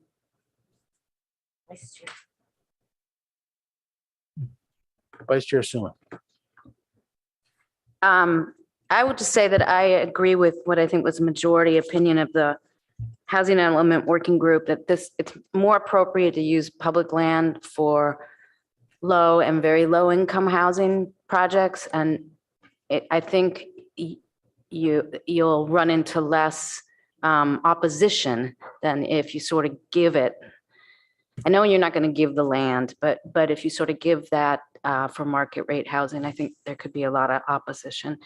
And of course, how the parking needs are assessed for the future and how they're managed and maintained here is important, but we don't know anything about that right now.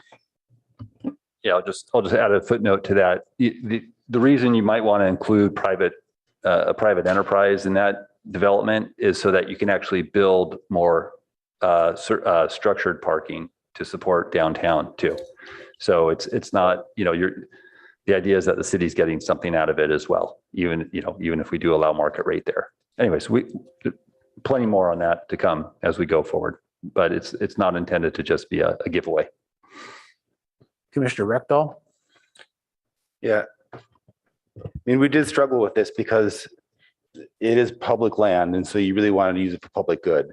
And market rate housing is slightly good, but not as good as affordable housing. And so the optics of having market rate housing on public land is troublesome.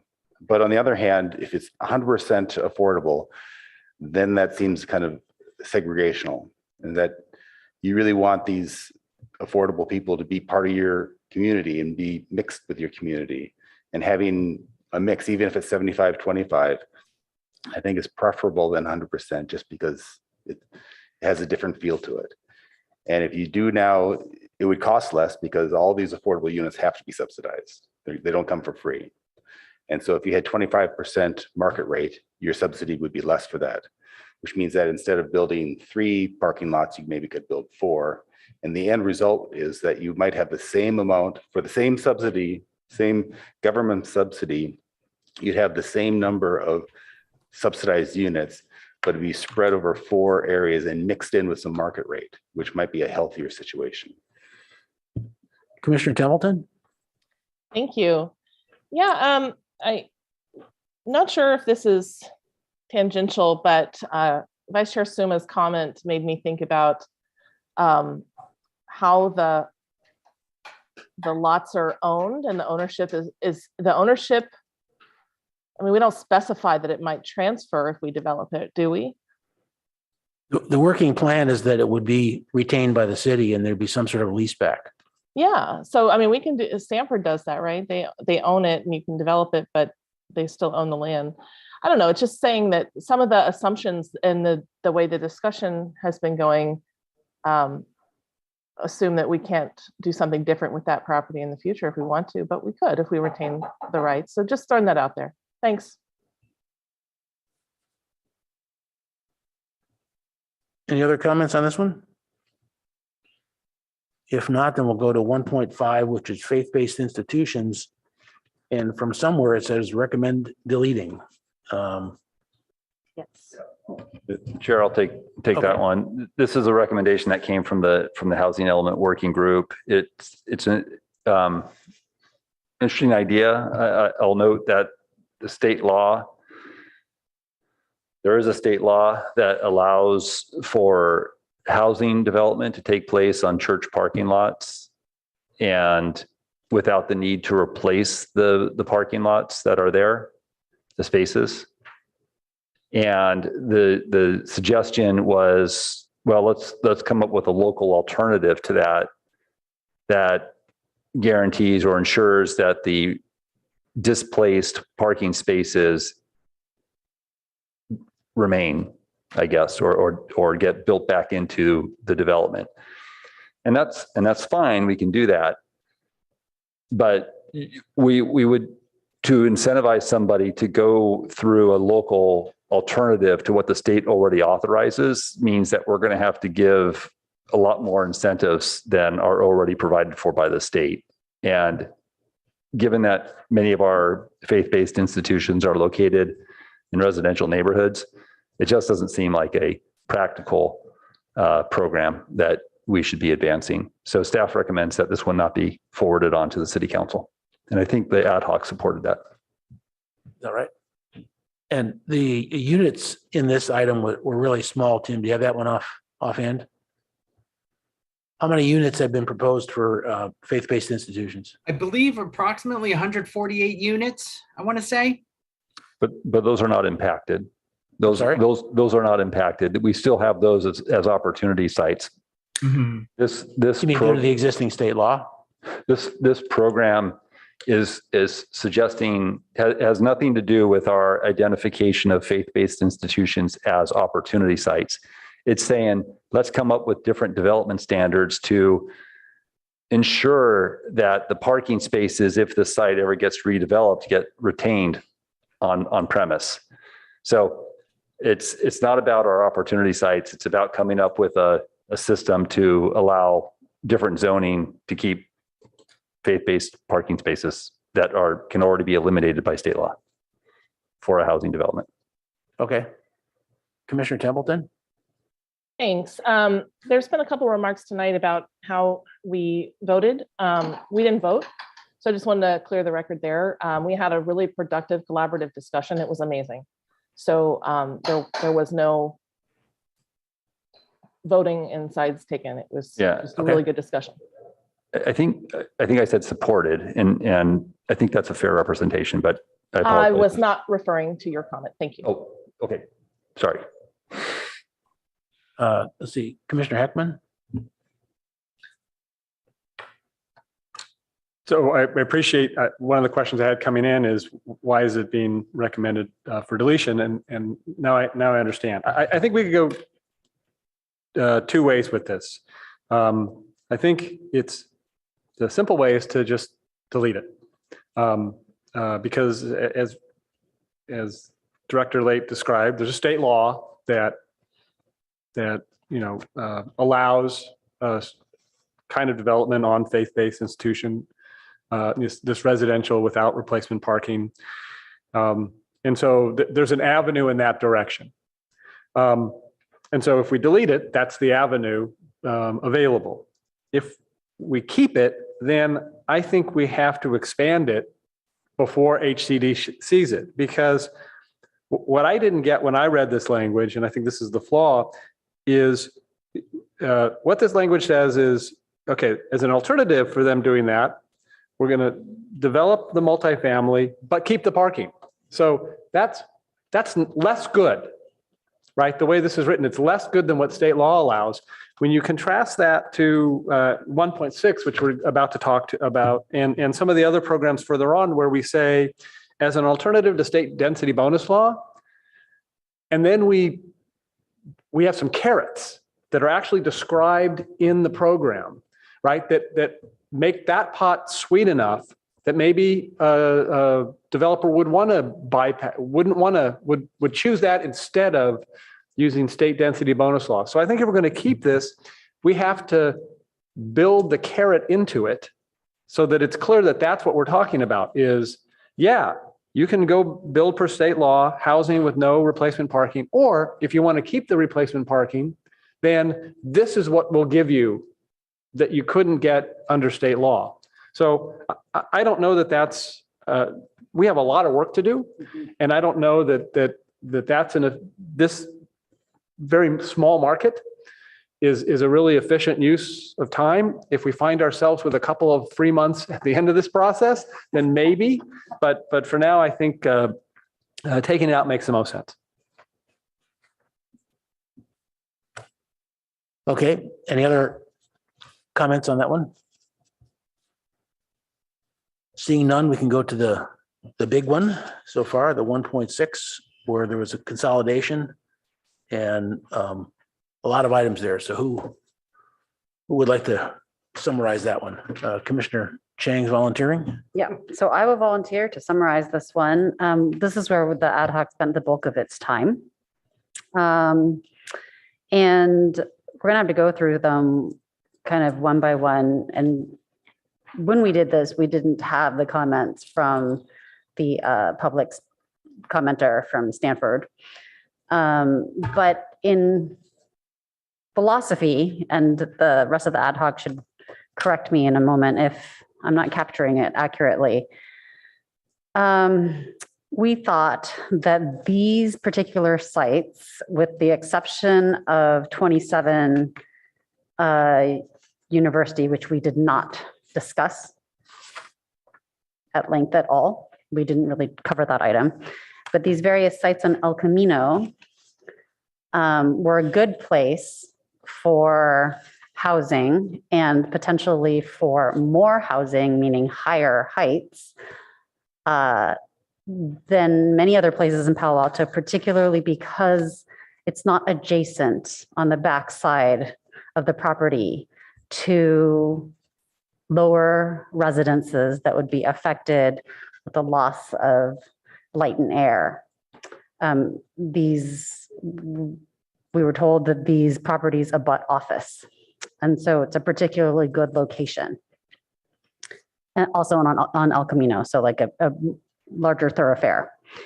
So that was why we talked about it being a good place to potentially increase the height limit to 75 feet. However, we were also worried about affecting kind of like how it feels in Palo Alto. We don't want high rises everywhere. And so we talked about how setting back a development from the road makes it feel less like a high rise, as well as kind of slowly stepping up the elevations as they get further away from El Camino as being another way to lessen the kind of massing. What differs is some of the numbers of units are different, as well as and so these are some of my questions for staff in a moment. And we had originally seen some 20% inclusionary housing in each of the El Camino, or at least in 2 of the El Camino parcels. So there's some stuff here that we did not discuss. And then the other, regarding the pasture and Welch parcel, our consensus there is that while it was higher, this is a parcel that's kind of set, it's outside of the center of Palo Alto. And it's sort of a self-contained managing Stanford issue. So we felt okay with that one. So that would be my summary. And would anybody else like to add? Commissioner Templeton? Yes, thank you. I thought we did discuss 27 University. I don't think we came to conclusions, but I'm pretty sure we discussed it and how as a lot on a major road proximate to a transit station, it was one that we should be revisiting, because I thought we discussed that. That's fair enough. Yeah, sorry, we didn't come to any conclusions. That's fair. That's fair enough. Yeah. I just want to be clear because that's slightly different. But yeah, just to clarify, we are discussing it. We didn't come to any conclusions. It is a controversial subject because we've already voted on this before and people have some opinions. But I think in this context of the housing element, it might be kind of low-hanging fruit to revisit. So I just want to throw that out there. If anybody has creative thoughts about how we can come together on that. Thanks. The Pasteur Drive, I could just comment from the Housing Element Working Group. That one, we agreed in the Housing Element Working Group that it's kind of isolated on Stanford's campus and fine, no harm, no foul. So that's consistent.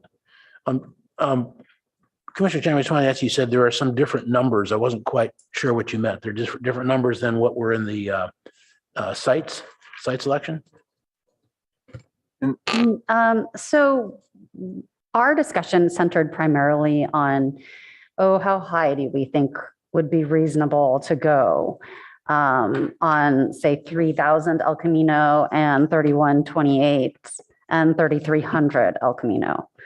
What we didn't discuss so much was the 30 units per acre versus 40 units per acre in item B. And in fact, the original had said 40 units per acre. So I'm surprised to see it go down to 30 units per acre. And maybe staff needs to tell us what happened since the time the ad hoc discussed. So in addition, now we have an attachment of the number of units. And as we were discussing this in the ad hoc, we weren't sure about the exact number of units that we would gain. Director Late provided us estimates of the number of units that we would gain, and our feedback had been it would be very helpful to the commission and the public to kind of specify by going this additional height, you gain this many units. And so that some of that information is provided here, but we did not know for sure what the units would be in changing the height limit. So that's new information for us. And then finally, one of the biggest differences is that in C at 3128 El Camino, as well as B for 3,000 El Camino, the original had mentioned a 20% inclusionary housing component, and that language has been taken out. And so again, that's a question for staff as to why that language was taken out, because at least in our discussion, it was sort of with the understanding that this 20% inclusionary component would be there. And so therefore it might make sense to raise the height limit and allow for additional units, both market rate and inclusionary, because by increasing the height limit, we're going to have more units overall. Staff want to comment on that, the changes since the ad hoc looked at it? Yeah, thank you. We did make some changes. I'm trying to remember. Yeah, okay. So, so on B, because it sounds like we're moving past A, there seems to be, support conceptually for that. So on B, which is 3000 El Camino Real, this is Palo Alto Square. This is not a housing opportunity site. Is that right, Tim? Correct. It is not a opportunity site. Okay. It may become one at some point, but for this moment in time, we are identifying it as a property that, through our conversations with the long-term leaseholder at the site, have a housing concept that is reflected in this language here. I'm trying to remember why we went from 40 to 30, but that was a change. And I think that change might have been just a mathematical correction to align with the 450 units, which was roughly anticipated at that site. So I can spend a little bit more time thinking about that. And with respect to B and C and the 20%, well, let me start with B. I don't know. There's been some conversation about that, but 20% is a big change from 15%. I mean, I know it's a 5% difference, but it has a significant impact, or it requires significant consideration, maybe, when we're thinking about the cost of development. And so it doesn't preclude that from being something that we implement as we change the zoning, as we think about what the inclusionary standard may be. I do think there's more conversation that we need to have with the property, with the long-term leaseholder, if we're going to do 20%. But even at 15%, it's still yielding a fair number of units. For C, the McDonald's site, we did have 20% on that one originally because it was modeled in part after a planned home zoning application that was filed next door at the fish market. And that application came in, I think, at about 50 or 55 feet, 100 and I'll say roughly 30 units. And that one would have necessarily needed to meet the 20% inclusionary requirement to qualify for a PHC. And so in the first draft presented to the ad hoc, we thought, yeah, let's include that 20%. But I think also with the ad hoc, I shared, some hesitation. And I think we talked a little bit about whether we include it or not include it. You can see here in the draft before the Planning Commission, I wasn't as confident about putting the 20% in at this moment. That's not the case for letter D, where we do have the 20%. And that's because D does reflect a planned home zoning application that was filed with the city and reviewed. And what's written here is consistent with what was presented to the city. And I still think, after having conversations with that leaseholder, that project is one that still has some potential.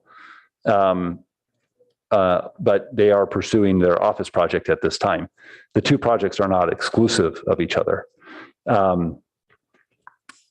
So that takes us through D anyways. I do want to acknowledge that there was a change from what the working group had seen, the ad hoc had seen. And I think that reflects mostly our attempt to balance the issues that we're all trying to balance. Vice Chair Suma? Thank you. So my thoughts about this section is, I find it really hard to understand why each one is expressed differently. Each one of these, A through G, is expressed somewhat differently. There's not a standard description of lot size. It's very hard to evaluate lot size, number of units, FARs, and heights without having all those things. And I think it's a little bit odd to do in the housing element, but maybe it's not. I'm not as familiar with the housing element as other parts of the comp plan. But for instance, in our discussion about 27 University before, at 4.5 acres, there's no reason to go to 85 feet. There would be, unless you're making huge units, or you wanted to put a park in also. And the examples I gave then is that we have two sites, Wilton Court and the VTA lot, that are almost the same in that they are both half acre and they are both approximately 50, one maybe 52 or something, but approximately 50 units. So that makes that RM 100.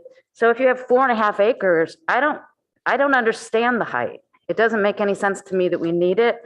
So in the absence of having all these parcels, all the information given completely and all the same information, it's very hard to understand how it's not perhaps a little arbitrary. So, and I don't know how big, off the top of my head, Palo Alto Square is, but I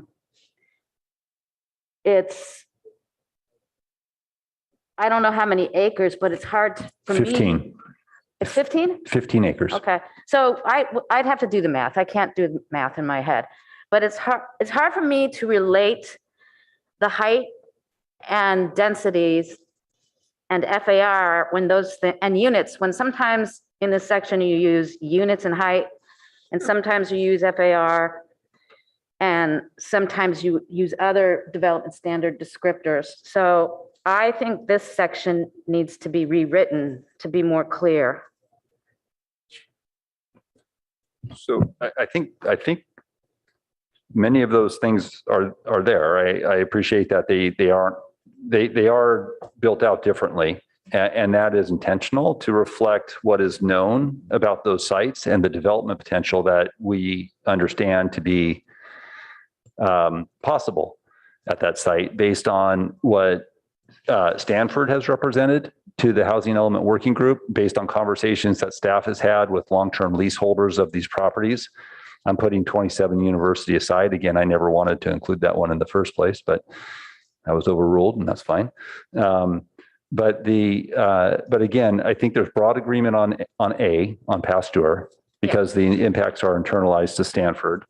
On B, Palo Alto Square is an enormous site with large buildings and a lot of parking lots. There's a lot of trees on that site too that we need to be mindful about, but there's a lot of parking space. And again, conversations with the long-term leaseholder are consistent and in line with what's being represented here. I understand that we don't have all of the details, but we don't need all the details in the housing element because there's a whole zoning ordinance that needs to be updated. And this site actually has a planned community overlay, right? No. So you're actually amending the PC for that project to add the additional entitlements that would be conveyed through the housing element here. So there's understandably more work that needs to be done, but we have the concept of the number of units, and I hear what you're saying, but we just don't know yet the overall mass that may translate to, because there's another layer that we need to go. But I think it's important to have that number in the housing element, because I think this is eventually going to turn into a housing opportunity site. And we want to be able to have that number and count that in our inventory. Yeah, but if we can get 100 units per acre currently, using the 2 half-acre sites at approximately 50 that I mentioned, it's not clear to me how these heights relate to the number of the Yeah. units, and it has a lot to do with size of units. Let me offer a perspective on height. Okay. So I believe Wilton Court's 4 stories. Mhm. Okay. And Tim can speak to this too, because he's been having a number of conversations with nonprofit and for-profit home builders. One of the issues that we are running up against is building height. And we have this 50-foot standard in Palo Alto that we really adhere to. What we know from the plan home zoning applications that have been submitted and reviewed by the city council is that most of those are asking for increases to height. And the city council itself has indicated a willingness to tolerate, a 10% increase beyond the 50-foot height limit up to 55 feet. And the reason why 50 is challenging is because when you're building a wood frame home construction at 5 stories, you need about 11 feet floor to floor between, for each of those stories. Many housing projects aren't going forward because they're missing a whole floor of housing units because we cap it at 50 feet. So if we allow a development to go to 55 feet, and actually, you probably want a little bit more if you want to have different roof forms instead of just a flat roof, or at least you're going to want to allow for the parapet to extend beyond 55 feet. That's an ideal construction prototype. The other challenge, though, and the reason why you get to some of these higher numbers, 75 and higher, is because of the parking. Many of our sites are constrained by their size, and below grade parking is very expensive, as the commissioners know. So a 75 to 85 foot tall building anticipates 2 levels of podium parking, concrete podium, and a 5-story wood frame construction on top of that. And so and in addition to really, being concerned about height, we also are very concerned about parking. So if we want these developments to be parked, and we want the housing to be built, we're probably going to have to allow for it in some kind of a podium structure. And that podium structure is going to require 5 stories of housing on top of it. And there's some variation, in those numbers. I don't profess to say that, you couldn't reduce it a little bit from 11 to maybe 10 and a half or something like that. I mean, I think there's probably some variability in here, but on balance, that's what developers are looking at. Well, I guess I feel that we need to balance what developers are looking for as their maximum, what they'd like the most. And what we also need to do, as Commissioner Chang was saying, is, maintaining some sense of who we are as a community and what we like. That being said, I don't think 55 feet is significant. I don't think people can see the difference between a 55-foot building and a 50-foot building. So that's not a problem for me, but some of these heights, and like I said, I just can't quite make sense of what these buildings are in all cases and what the units are. And it is I have no idea what Stanford would prefer on these sites, except I do appreciate the comment about having kind of a standard for this area. And that might be worth the exercise. And maybe there's not time to do it for the timeline for the housing element, but this area makes me particularly uncomfortable. That being said, these are all good places for taller buildings, without a doubt. How high are the office buildings at Palo Alto Square?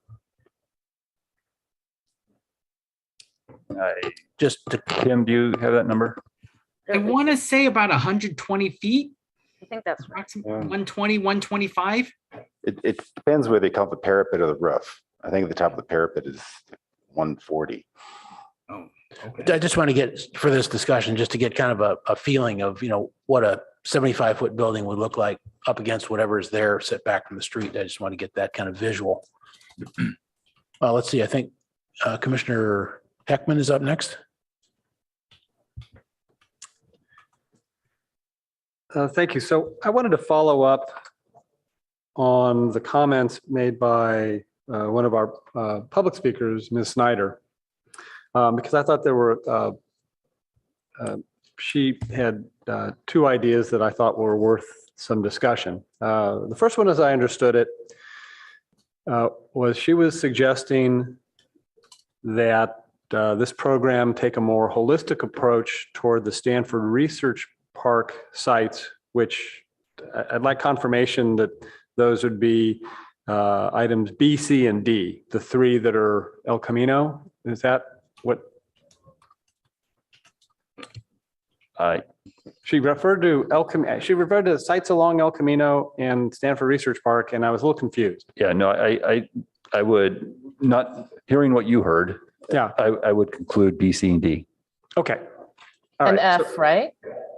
F is further down. Oh, okay. Yeah. Right. Okay. So I'm going to, in looking at this after hearing her comments, I was focused on B, C, and D. And it's an interesting concept, I think, because what she was suggesting is this is structuring three separate developments, and that's not necessarily so. There could be a combination, an assemblage of sites. And we don't want a possible assemblage to be constrained by these three sets of rules that are a little different for each property. And it's true in my experience that the development community can be very creative, and sometimes they will assemble a group of parcels and create something that could only be created with that efficiency at that scale. And so I like the idea, but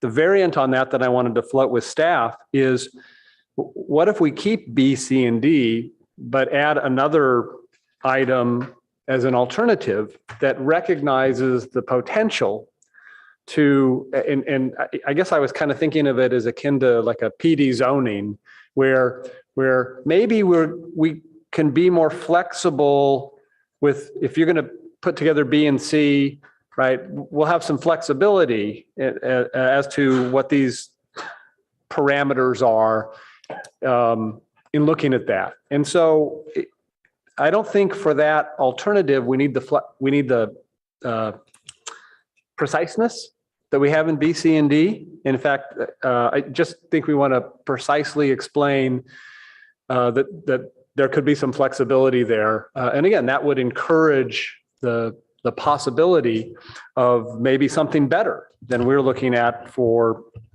B or C or D. So that was my approach on that. Ms. Snyder's other suggestion was to put a hold on the design criteria, which I think we've been talking some about: height, setbacks, things like that, and the inclusionary housing mandates, which I think we'll only see that right now in, well, D. Now I think that comment of hers was germane to all of the Stanford properties, and so I'd have to go back and look and see if we have any others. But she was suggesting, let's not lock in numbers until the feasibility studies are done. And we had a discussion like that earlier tonight, on a slightly different topic. And it's kind of a, are we putting the cart before the horse? And so on that one, I actually wanted to hear staff's thoughts on this timing issue of, do we hold the design criteria and the housing affordable housing percentages for the feasibility study, or is it important that we have them so that we can study the feasibility of them? I was wondering what staff's thoughts were on that concept. Yeah, I'd like to just piggyback on that because I have some of the same thoughts. And, we're getting down to designing each of three buildings here. And I'm not sure for the program stage of this, that's really what we want to do. I think that Stanford Representative Ms. Snyder definitely has a point of, that's why we're doing feasibility studies for a lot of these other things. So to build in feasibility and design and come up with a unit number, I agree with Commissioner Ekman, get staff's view on why we should be doing that now, as opposed to saying, here's some ways to build out these, and we already have the unit number suggested for that. So. Yeah, so there's a lot there. I'll try to, I have a few different thoughts about it. I hope in my expression of those thoughts, I answer these questions. But I will say that there's value in specificity, and I don't think you're suggesting this. The way the programs are written now, they're not designing the buildings. We're not at that level by a long shot. What we're saying is the reason we have heights in here, and the reason we have units, and the reason why we have units per acre in some instances, or floor area, is because I think it's important that the community, it's all about expectations, and what are we saying in terms of what's going to get built here? I don't want to have some general statements of, upzone this area for X units per acre. And then when it comes to changing the zoning, have a community conversation about, well, that's not what we expected. So there's a deliberate motivation from staff to add numbers to elicit a reaction and to have a conversation, because I'd rather have it now in the planning stage where we may need to pivot and say, okay, if we're not going to go to the 75 feet in height, we're not going to get the same unit yield that we were expecting in these areas. We need to go back and take a look at our opportunity sites and see if we need to make some changes. So what the language that we have in here talks about approximate units, approximately 450 units, at least 125 housing units. D is really explicit because we had a development proposal concept that was submitted to the city. So, and Stanford, albeit, the numbers and the conceptual projects that they presented to the Housing Element Working Group were their concepts, their heights, their densities, their floor areas. Stanford's not going to propose that if they don't think it's achievable, right? So I don't think there's a question of feasibility. And to be clear, the city's not doing any feasibility study analysis relative to these sites. It was never our intention, and we're not doing that. I think the size of these parcels are notable. They're large. They're perfectly efficient to accommodate all kinds of development. There's no constraints really to, on any of these sites. And so I think that's why we have sort of each site called out specifically with its sort of unique sort of parameters. Two other comments. One is that the housing, the PTC ad hoc, we looked at the Google Street View of this, and we went up and down, El Camino. And we recognize that there's a string of properties that are ripe for development, for housing at heights that might be a little bit more than we're traditionally used to seeing, and at densities that we're, traditionally, used to seeing. And I don't disagree that some kind of a, overarching overlay would be, that could be useful. And so I have no problem adding that as another program to say, in addition, this doesn't preclude the city and Stanford from engaging in a conversation about what can be achieved there. Because I do think that there's additional opportunities, and I would expect that there'd be more lot consolidation opportunities. We're just talking about something that we know is available today. So, and then on the 20%, our housing, our inclusionary requirement is 15% today. We have a program to study that. And this is where I think I align with some comments that were made by somebody, might have been Gene or somebody. We have our program, we need to study it. If we want to increase it to 20%, that's fine, but we're going to also have to then do nexus studies to understand if that pencils out. And we would have to study the types of projects that we would expect to see to make sure that we're not impacting that. Anyways, bit of a rambling response, but I hope somewhere along the way I answered the I question. found it very helpful. Yeah, thank you. Thank Very you. helpful. Thanks. The part of it that was the most educational to me is it sounded to me, I was under the impression that we were in the midst of a feasibility study, and we're not. Not on this. We're involved in multiple feasibility studies. 3 of them are referenced further on in the programs, but not here. And so I think this structure now makes more sense to me. I would, I would make a couple of points. First, Ms. Snyder may want to consider if there are going to be numbers here on item 1.6 and Stanford doesn't think that those numbers are the right numbers, they might want to engage in a dialogue with us now while we're forming this document to tell us what they think the right numbers are and why, so that we can at least have that conversation. The other point is, of course, this housing element is going to be adopted in a year. It's our housing element for 8 years, but, and maybe Mr. Yang can correct me if I'm incorrect, I would think that we can amend our housing element if necessary during that 8-year period. So if something proved infeasible and needed to be, and in order for a development to be approved, a modification to the housing element specificity had to be adopted, that could be accomplished. Yes. Can I say a couple of responses to that? One is, this is another reason why we have the surplus of units, because some sites may not be developed to their full potential. So that doesn't require an amendment to the housing element.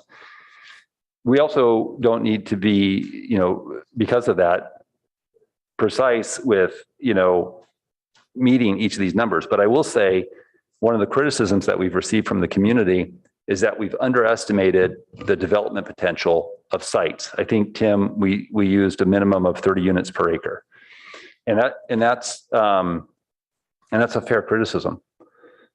And the reason we did 30 units per acre is not because we think they'll get developed at that, which is where the HIP comes into play later on.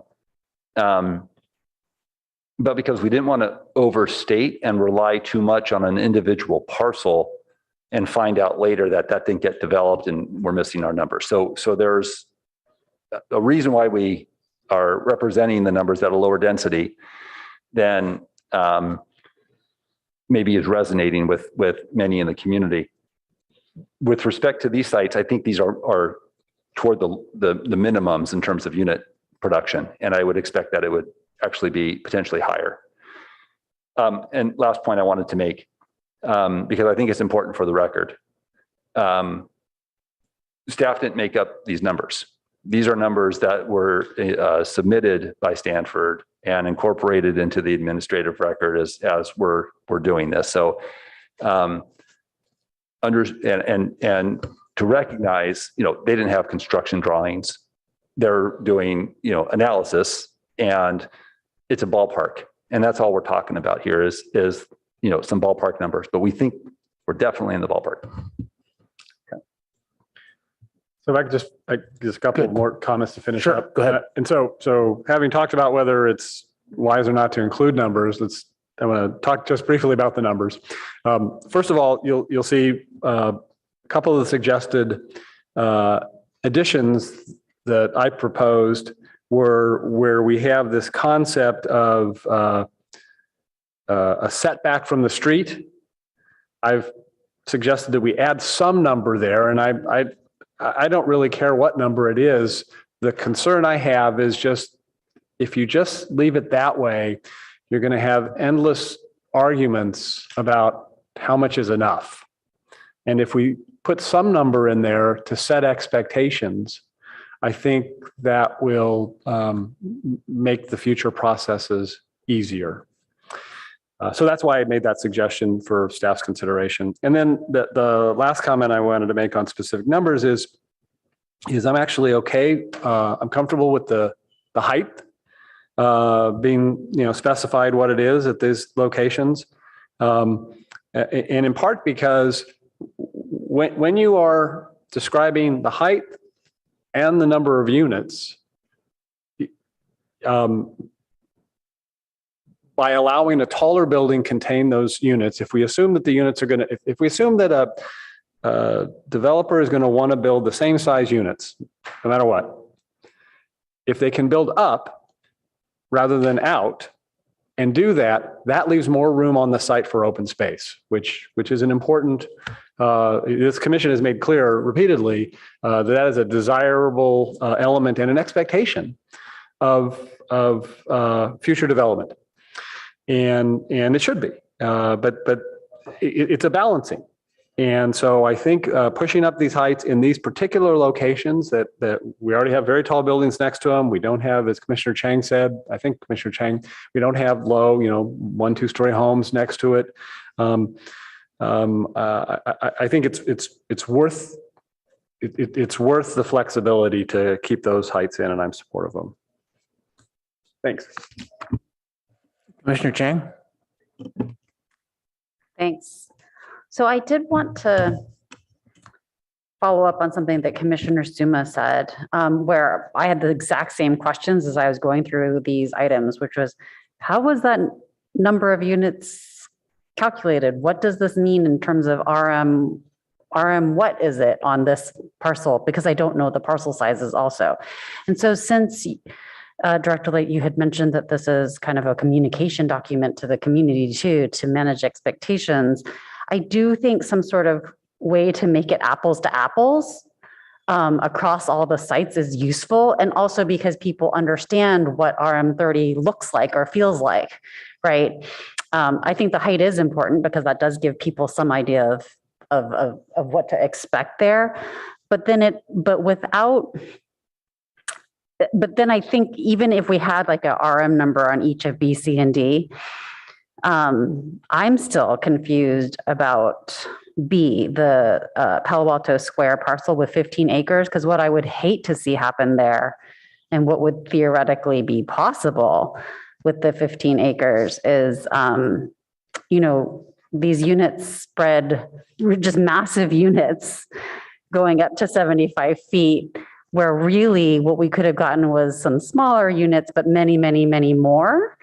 And so I know that we don't get to control that. That's what a developer decides, but that would be the loss of some serious housing potential on a 15-acre site. And so maybe, can you talk a little bit more about that and how we would try to avoid having that type of scenario? Yeah, and the scenario is where it's larger units sort of spread out over the entire site, or? Yes. Yeah. Or big mansions in sure. apartments. Yeah. We don't really, that's not what we're trying to create here. We're trying to create lots more units of housing that's accessible. Certainly not the mansions, right? We get that. But there's the continuous sort of balance between, the studio, the one bedrooms, and the family sized units. So I think that's the context that we're expecting development to take place on. So we don't need to get into that level of specificity in the housing element. And if we look at the program, let's see here, we talk about specific actions that are taking place, right? So for B, we say for this specific property, amend the planned community ordinance that applies to the site to allow these broad parameters of development to achieve this unit density. That's sufficient for the housing element. But when we draft the ordinance, we're going to be a lot more specific about open space, about setbacks, about average unit size. And that's going to be a public process. You're going to see it. The commission, it'll come before the planning commission. There'll be public hearings, and we'll go to the city council and it'll get endorsed. Ideally, we're doing it in concert with the property owner or the leaseholder at the same time so that we can answer some of those questions. But I also think that there's an advantage to make some of these changes so that the developer also doesn't have to go through the process of the legislative changes, which could be, a long process. If we can take care of that zone change before they submit and detailing out all the things that are important to us, then when it's right and appropriate, they could come forward and go to architectural review and pull their permit. So the bottom line is there's more specificity after we get past this piece. Thanks. Commissioner Rectal?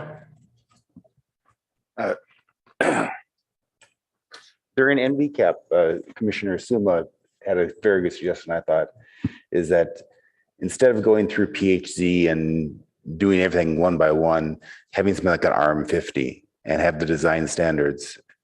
And even if this was just a generic, even if it wasn't applied just to this area, I think this would be a good thing to do, because we are, whether it's over in the new areas in the ROLM, where we may be finding that the desire to have more density, it makes a lot of sense for us to consider what would we want in something like an RM50, what kind of design standards.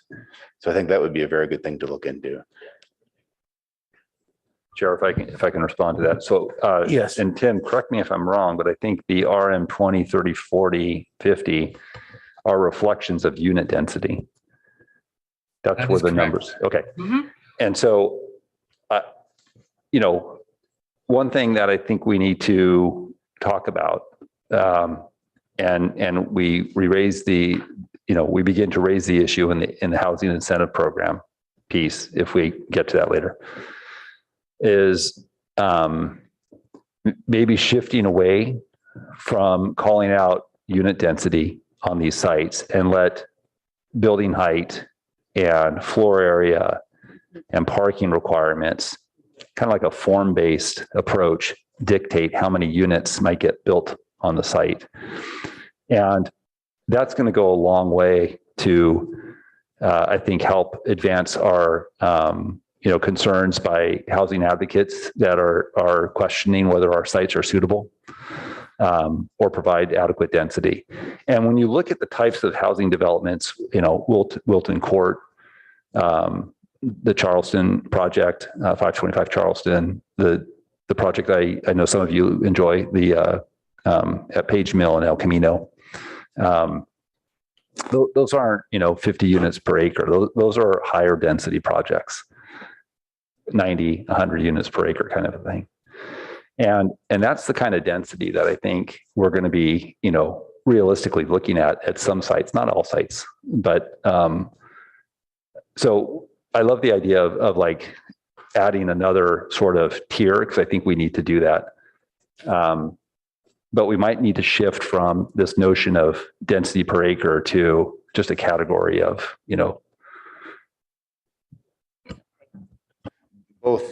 Both RENA and also our zoning kind of encourages these micro units. What? Micro units. And for some people, that's really good. We want a mixture of housing. We don't want all micro units in the city. And we have some programs later on that deal with that to encourage larger units for families. And so I think going away from a unit-based design standard and having some type of FAR limit, I think that makes a lot of sense. Another thing you mentioned earlier about being conservative in the number of units you have. Another consideration is ground floor retail, is that if you're talking about RM40 and it's just 100% housing, or if you have RM40 and you have ground floor retail, those are two different animals. And so being conservative does, especially along El Camino, we're adding people there. El Camino is a good spot anyway for retail. A lot of these places are going to want to have ground floor retail. And so if you now assume a very high unit density, you may not be able to achieve that with ground floor retail. Okay. I wanted to ask a question, as I did on the Housing Element Working Group, on these last two items here. I'm not sure how we get any extra credit or gold stars from HCD to be talking about the next cycle after this one. You get 0. But what we get is HCD is not going to care about that. Right. We're going to care about it because we have an interest in what happens. I mean, whoever's here, sitting up there and sitting here, they're going to care that we've done some work in advance to prepare for the next RENA cycle. And we've given them potentially sort of a suite of properties that they can count toward their housing inventory site in the next RENA cycle. That's the goal. It Okay. doesn't do anything for us right now. That's exactly what I thought. So, Commissioner Chang? Yeah, I mean, I understand why you're asking, but like different audience, I think, for these last two items in F and G. In other words, when we get that comp plan programs, tracking progress report that we get every year, you know, in the future, we can ask, okay, are we having conversations with Stanford? Are we about it? And that way, having it here allows us to push to make sure these things happen. Okay. Any other questions on this? I don't see any hands on screen.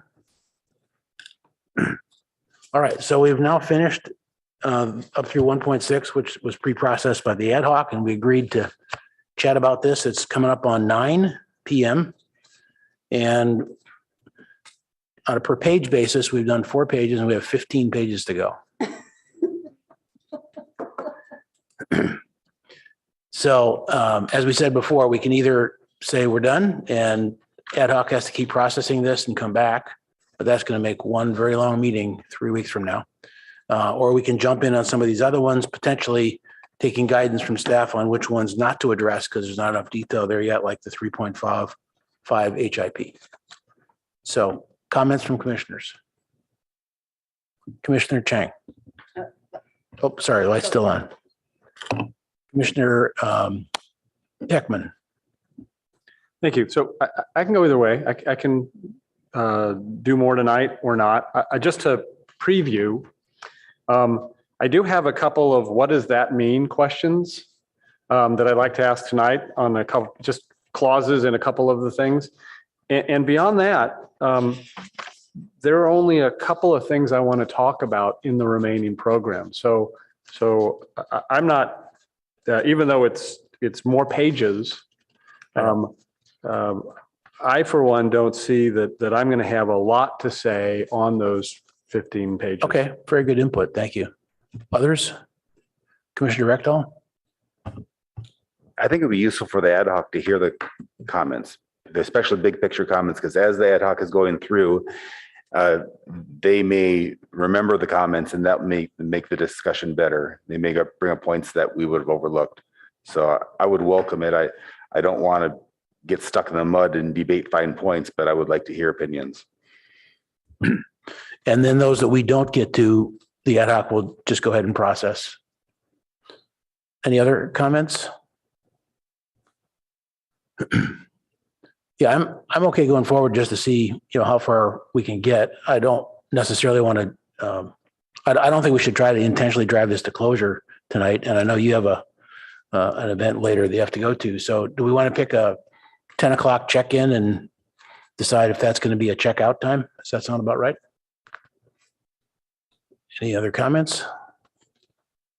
I'm good with that plan. And my process suggestion here would be to have staff lead us through the remainder, the way they led the ad hoc through items, so that we're just kind of continuing the work that we would do as an ad hoc in a way, but as a larger group. Okay. Does anybody want to take a 5-minute break before we get going on this? We've been here for almost 3 hours. I'm okay either way, but I'm just, nobody does? Okay. Then we're on 2.1. I'll take it to you as that, Jonathan, are you going to do this one or? Let's see. Yeah, Tim, Or are Tim? you? Sure, I'll be happy to. Program 2.1 is about our affordable housing program as opposed to our BMR program. But this is where we collect fees for our housing trust fund to fund for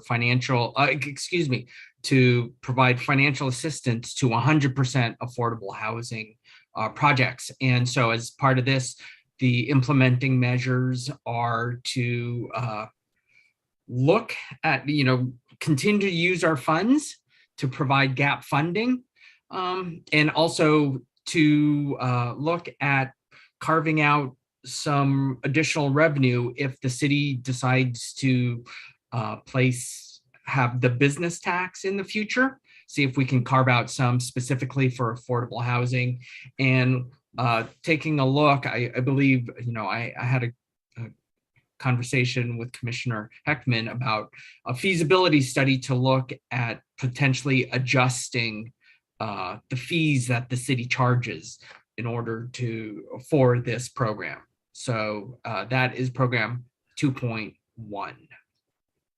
And John, if you have anything else to add, but that's No, just program. maybe, thank you, Tim. Maybe just to underscore implementing objective B, I think that's, potentially a sizable contribution to the city's affordable housing fund and a local strategy to really try to address low-income housing production in Palo Alto. I had a couple just quick questions on this. You say it's affordable housing. It's definitely only 100%? It doesn't have to be. Because it doesn't say that. I was thinking if it is that, we should say that. Otherwise, we should be. Tim can speak more to our fund guidelines, Tim. Yeah, generally it should be 100% affordable because this is more where all those nonprofit affordable housing developers, whether it be Alto, Eden, Bridge, Mid-Penn, all those use the city's affordable housing funds, and generally the other funding sources are for 100%. It's very difficult to fund a project that could be 75% or primarily affordable housing. Had some of those discussions with the working group. Therefore, yes, it's 100%. And we can clarify that. Yeah, that's all I was suggesting. Okay. And on C, I don't really understand that, particularly the last part of it. Commercial housing development fee as appropriate. That doesn't seem to meet the specificity criteria. But I may not understand what you're saying there. I really don't understand C. Yeah. So C is it's a good example of one where, we don't have the data yet. So we need to say that we can't make an affirmative action on something if we don't know what the results are going to be. We also know that because of a change, state law, we need to, I think it's within every, I think it's 8 years, maybe it's less than that. We know that we have to update our development impact fees with a new Nexus study, or we can't charge that impact fee. Okay. So we know that in this housing element cycle, we're going to have to do that. So we're picking a time frame and we're saying we're going to study that, and based on the results, adjust our fees. That's quite clear now. I know what you mean there. Commissioner Rupavar? Thank you. I think this program could benefit from a little bit more specificity. It's somewhat vague in terms of how it's phrased, and I'll give you examples of what I mean.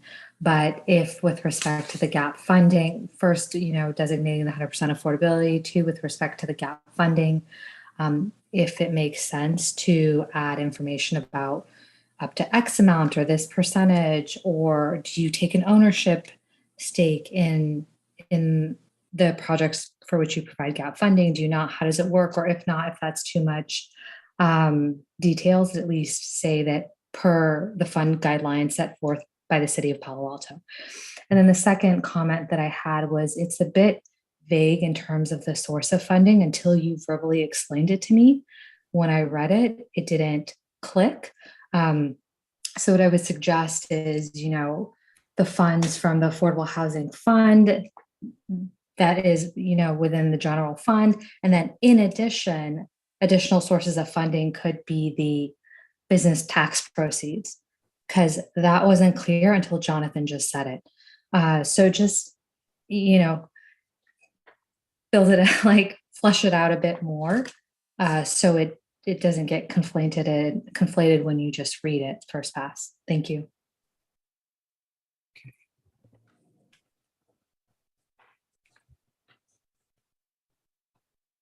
Other commissioner comments?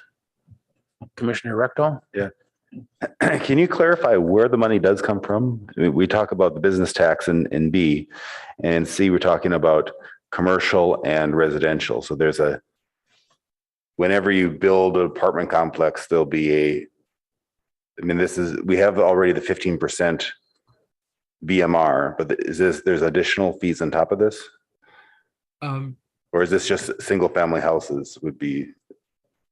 No, with any commercial development, any net new commercial square footage gets charged a commercial housing impact fee, and we take those funds to provide the gap financing. In addition, currently, yes, we have a 15% inclusionary, but that's only for ownership developments.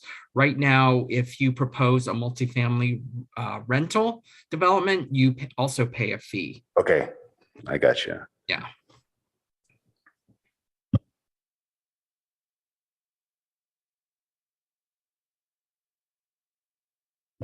No others on 2.1?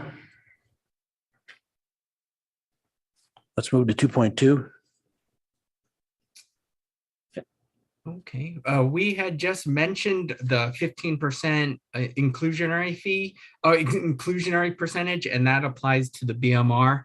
And so we will look at where it is feasible, looking at to increasing that 15% for ownership housing. In addition, we'll also look at maybe tiered inclusionary requirements in different areas of the city. That's implementing objective B, where market conditions can support that. And then lastly, with implementing objective C, amend the BMR program to extend that affordability term. Right now, with our ownership inclusionary, we have a 59-year deed restriction on those ownership units, and this would be extending it for the life of the project. So yeah, just extending the deed restrictions. Okay, thanks. Commissioner Chang? A question that actually applies to the whole document. When timeframe is listed as pending under a program, does that just mean TBD, that you're going to fill it out by the time we finalize this thing? Yes. Got it. Yeah. Thank you. I had a question on item B.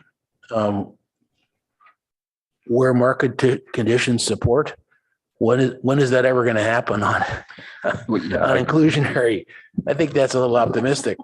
What this is speaking to, and if there's different language we should be using, let us know. But what we know from our 2020 study is that ownership products downtown were able to support a higher inclusionary rate than ownership products on El Camino, Real, or elsewhere in the city.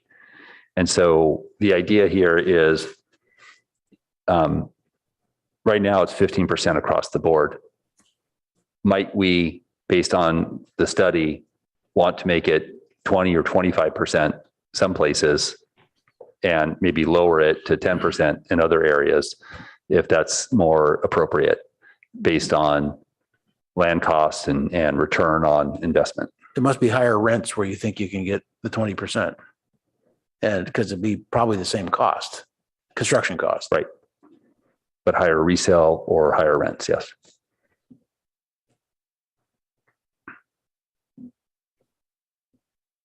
I don't know. Yeah, it should be clarified a little bit, whether that's, by geographical area in town or by neighborhood or something like that. I think just to show what you mean.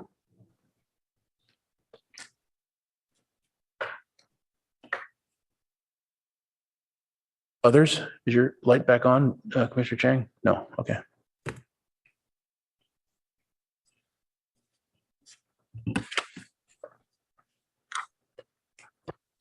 Going once, going twice. Okay. Program 3.1. 3.1 speaks about fee waivers and adjustments, and we are looking at, in support of affordable housing, to waive certain fees, except for those directly related to consultant, trying to reduce some of those carrying costs or construction costs, development costs for affordable housing. So that's implementing objective A, and to encourage ADU production, to exempt ADUs from development impact fees if they have an affordable period for low income, because right now I think we are using ADU production as above mod based on their rents. So this is to encourage some more low income, and then also prepare an economic feasibility study to analyze the impact development fees. So to see how that might hinder, I believe, housing production. Okay, Commissioner Rupar. Thank you. Quick question. So state law exempted all ADUs from development impact fees. In what scenario would they not? Would there be would state law not apply to the ADU? Is that where the lot exceeds the number of ADUs allowed on it? Is that what you're contemplating? What are you envisioning? I don't believe that all ADUs were exempted from development impact fees. I think there's a square foot threshold. Yeah, the 1,600 or 1,200 square foot threshold. So you're envisioning any ADU that's larger than the square footage threshold or the height threshold is what you're envisioning. So it's actually it's only ADUs that are 750 square feet or below that are exempted from. That's right. Right. Impact fees. So it's quite a number of ADUs will probably still be subject to impact fees. So yeah, it's the size. So anything between 750 and 1,600 is what you're contemplating now exempting, or the 1,200 or whatever the height, the maximum threshold was. Yeah. Okay, that's helpful. Thank you for that clarification. Commissioner Chang. So I think this kind of goes without saying, but for C, there's this economic feasibility study to understand the impact of development fees on housing production of all sorts, not just affordable. And then to adjust the fees as appropriate. And I would just say, and this kind of goes into finance committee territory, but I think it's important to say that we need to balance our checkbook here. So that's fine. If we think housing is a priority as a city and we want to lower the development fees to encourage production of housing, that's fine. Yet when we build housing, there's still the impact. So that means we need to make the money somewhere else. And so then I would want to add a sentence to make this like an actual feasible policy, to say something about, and then determine other sources for this to make up the lost revenue. I think it's really important that we don't just keep, I mean, that's one of my big beefs with the state, that they're giving us a burden, and who's gonna pay for that, right? We've got to pay for it somehow. Otherwise, we run our city into the ground for our current and new residents. Vice Chair Suma.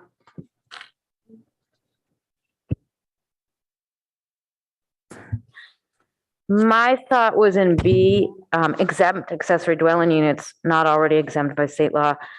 When deed restricted at 80%, is that 80% AMI? Okay. I think you should put that there probably. It's there. Oh, sorry. At an income for 10 years. So I have a problem with the 10 years, actually. We had a lot of discussion about this at PTC, but on the previous page in 2.2, we're talking about increasing the income restriction for the units of life of the project. So maybe that wouldn't be desirable for ADUs but 10 years seems pretty slim. So if they exit, if a owner didn't pay impact fees and they exit after 10 years, providing an affordable unit at 80% AMI, would they then pay the impact fees? If they left before the 10 years? No, if after 10 years, Oh, no. because you were exempt, the idea is, and this goes along with Commissioner Chang's desire to balance the budget as well and understand that a lot of the things impact fees pay for are direct amenities and necessities for having a good life in Palo Alto. So I don't know why. I don't think 10 years is long enough. And I also, I don't know how we deal with sales of houses, even within a short tenure period. I think we haven't thought this out well enough. And then I also would question whether they should be exempt for life from paying an impact fee because they're no longer in the business of providing a slightly affordable unit. So those are my concerns with that area. Commissioner Rectal? Yeah, let me respond to that. I understand the spirit of that. I'm a little concerned that 10 years for the city looking for affordable housing is really short. But for a homeowner who's looking at retirement or perhaps selling his house, they may not want to build something that constrains them more than 10 years. So I think, even though I don't like seeing that affordable unit disappear, I think it may be a good decision to allow that, to encourage the ADUs to be built. Because here we're getting an 80% unit for no cost to the city, which is pretty good. Most of the other 80%, we have to subsidize something. So we're getting something for free. So we're getting a really good benefit, but for a very short period of time. And so that's a trade-off. But I agree with Commissioner Suma that it doesn't seem to be that this could use some more work. But I think we're going down the right path. I'm just not sure what the right number is. And I don't know if somebody wants to buy the house, but they don't want to rent the unit. They need it for their grandmother or something. I don't know how we deal with that. I don't. So that would qualify, right? I mean, I think a lot of ADUs are built for family members or any number of circumstances that I think we've heard about. So it almost sort of recognizes how some of these units are being used. And not all of them. Some people build it and they rent it out as much as they can to have supplemental income, and that's fine. They're not going to take advantage of this program, and they'll pay their impact fees, and things will go on. But for others who are willing to deed restrict their property, so for the next owner that comes in, they're also going to be subject to this restriction. It's a different housing prototype than we see with multifamily housing projects. And so that's why we think a lower threshold is appropriate. But I also want to come back to Commissioner Chang's comment, recognizing that none of us in the room make the financial decisions for the council. This is just kind of getting it teed up for the council. I think they're going to have some opinions about this as well.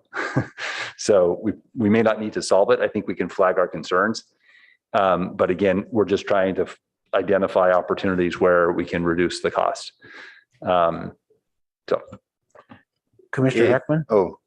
Sorry, quick follow-up. If someone did this and paid no impact fees and then had 80% AMI, would they be required to rent it out? Right now, you can build an ADU, but you're not forced to rent it out. You can have it just be a shed in the backyard. Yeah, that's a good point. I mean, I think, and Tim, maybe you can. Yeah, we could bake that into or make that a requirement in the deed restriction that it would need to be occupied. And we can follow up, right, as part of our annual inventory analysis of. We can do some monitoring of this just to guarantee that the resident is a low income and that it's being rented at a 80% AMI rent level, those type of things. There will be some administration, but we can certainly guarantee those things. And I think we may want to consider an exit fee. For example, if you're building this knowing that your mother-in-law is going to be moving in and she has a stroke after 3 years and you want to bring her in, the fact that you'd be constrained and you'd have to rent this out for another 7 years to a stranger while your mother-in-law can't come move in may prevent people from doing this. So 3 years later, if you pay 70% of the impact fee, you can get out. That may incentivize people to do this. People don't like to have their hands tied, and this may be a way of allowing them, the worst comes to worst, you have a way out. Yeah.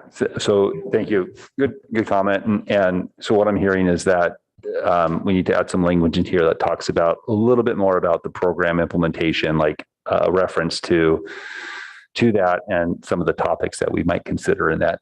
And then it can come back before the commission to an actual implementation, and we can vet out it a little bit further. Commissioner Heckman?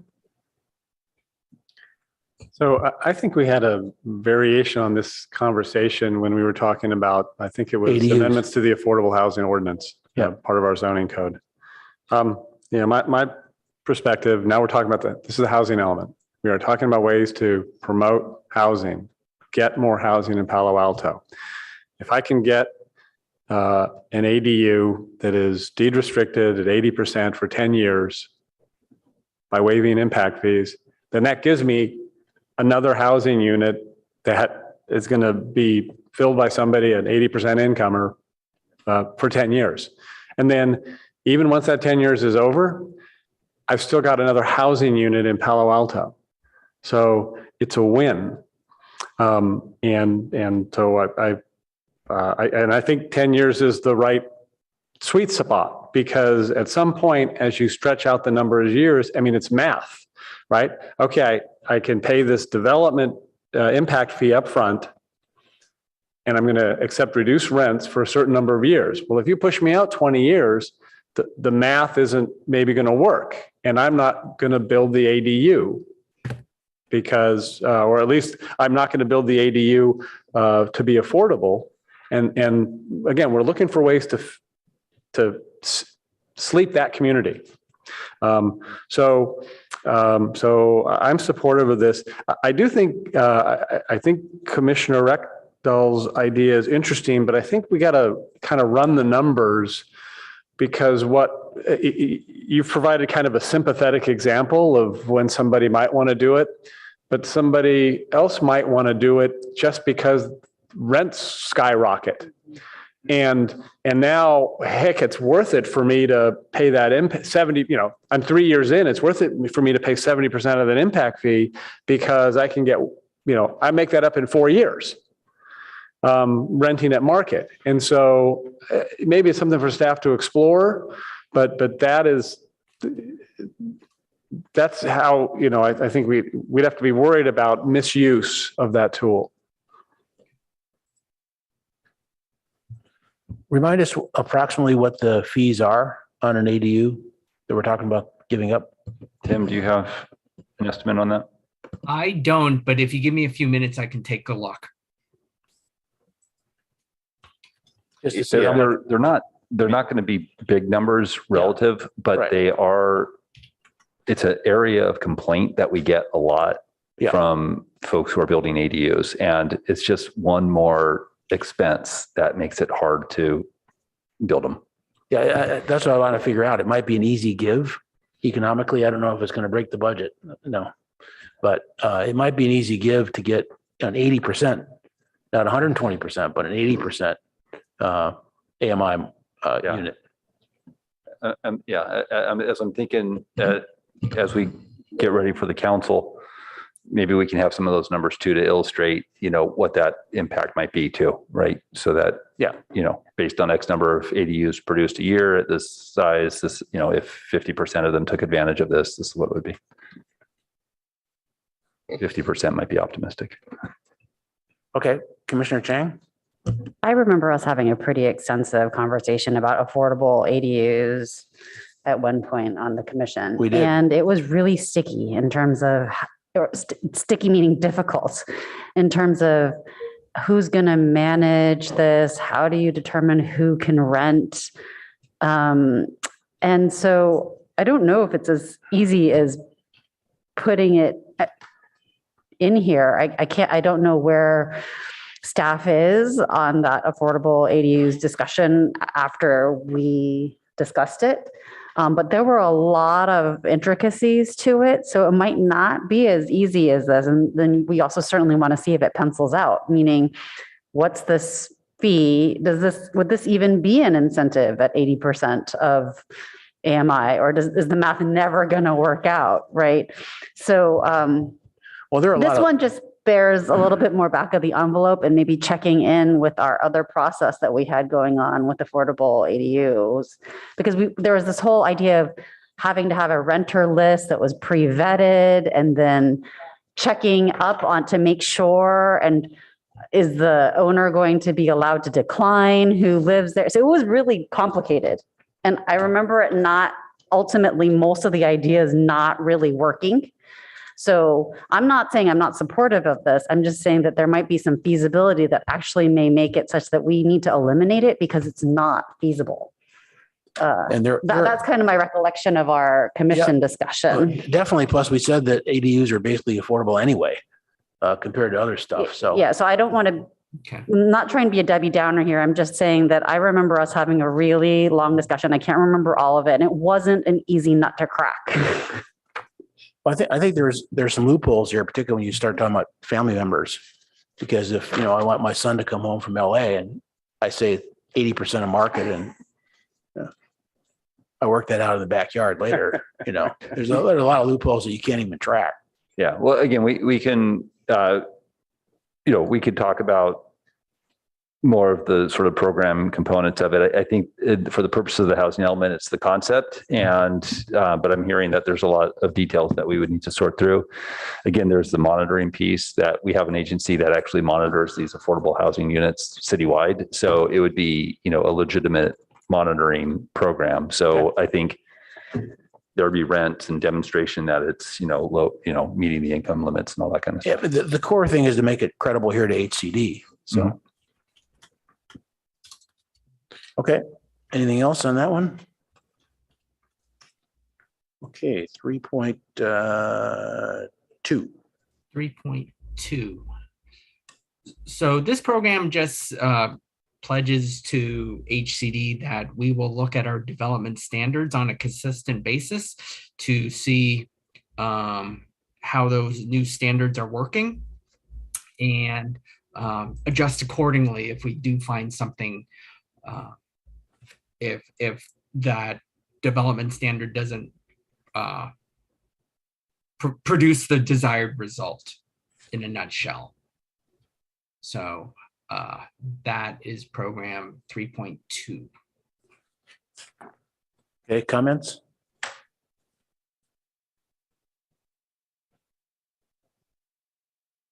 Commissioner Chang? So when I read this, I was wondering, is this specific enough?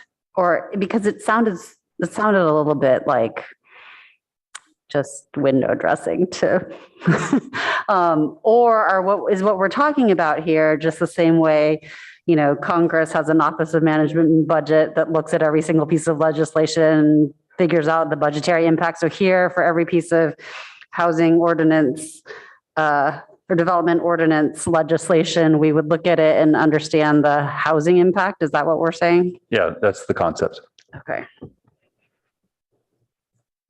And maybe not to that federal level, but. Yeah, I understand that. So maybe if we just say something about like, city shall prefer. So, I mean, I think it's an analysis before the ordinance is passed, right? Or any regulation is passed.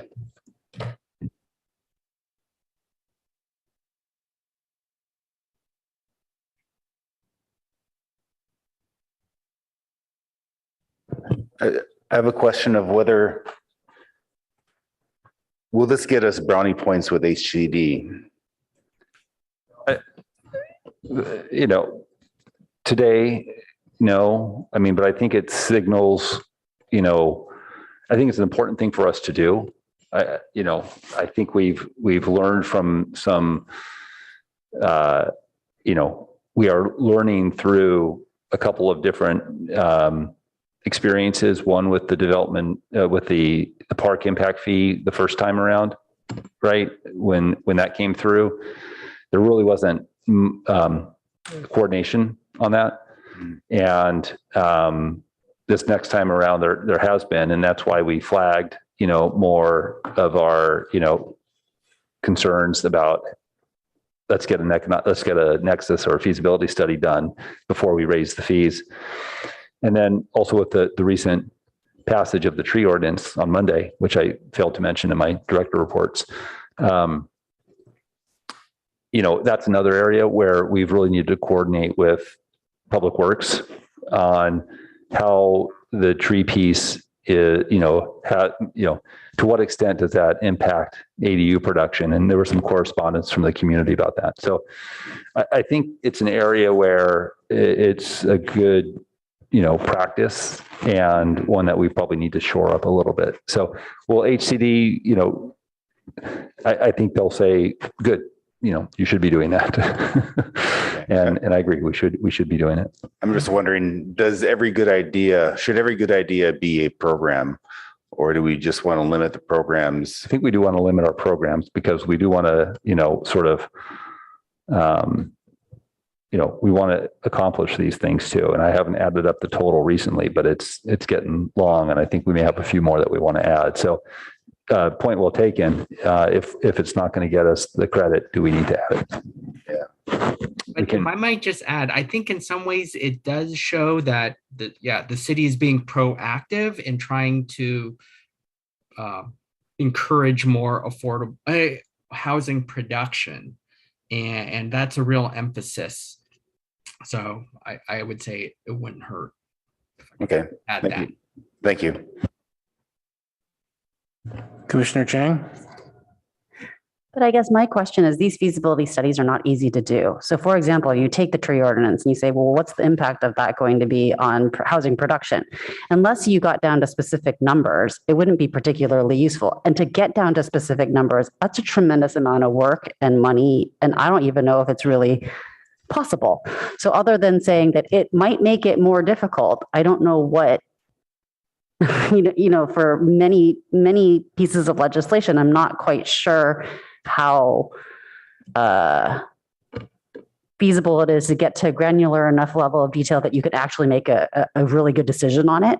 So that's why I kind of asked about this one. Is it just window dressing? And to the extent that staff thinks that it would be helpful, and it is certainly good for us to think about how different pieces of our ordinance interacts, that's certainly important, but I also don't want to create a standard here that we can't meet. I mean, it's really difficult to provide really good information, I think, on a lot of changes that might happen. Yeah, no, appreciate those comments. And well, I kind of made my joke, not at the federal level. I think it reflects an expectation that it's probably not going to be to that granular level, and not everything's going to require nexus study.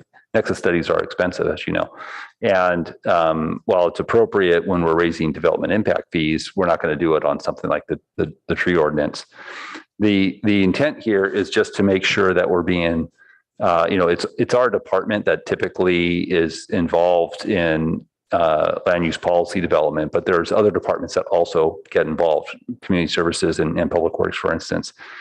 And so the idea here is just to make sure that we've got a system in place so that somebody's asking the question, will this, you know, is there an issue here? Do we need to think about in terms of housing? And for the most part, it's probably going to be no, you know, it's, but on the occasion that, you know, this prompts us to ask that question and think, oh, it may, and then we can explore that further. It could just be a staff level analysis that allows us to sort of circle back with our staff or consultant to just vet it out a little bit more. But I hear the comments, and we can, from a staff perspective, we don't need to add more work to our plate if it's not going to add a whole lot of value locally, internally, or with HCD. So let us follow up on that.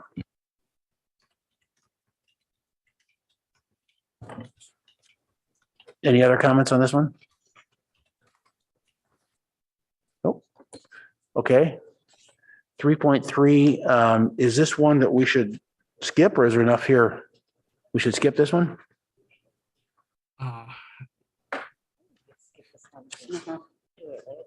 Well, I'm sorry, Chair, what number are we on? I was just looking to staff to say if there's not enough stuff here yet, we can just kind of jump over this one, get on to some other ones. Started proposing some relaxation of some development standards. And so,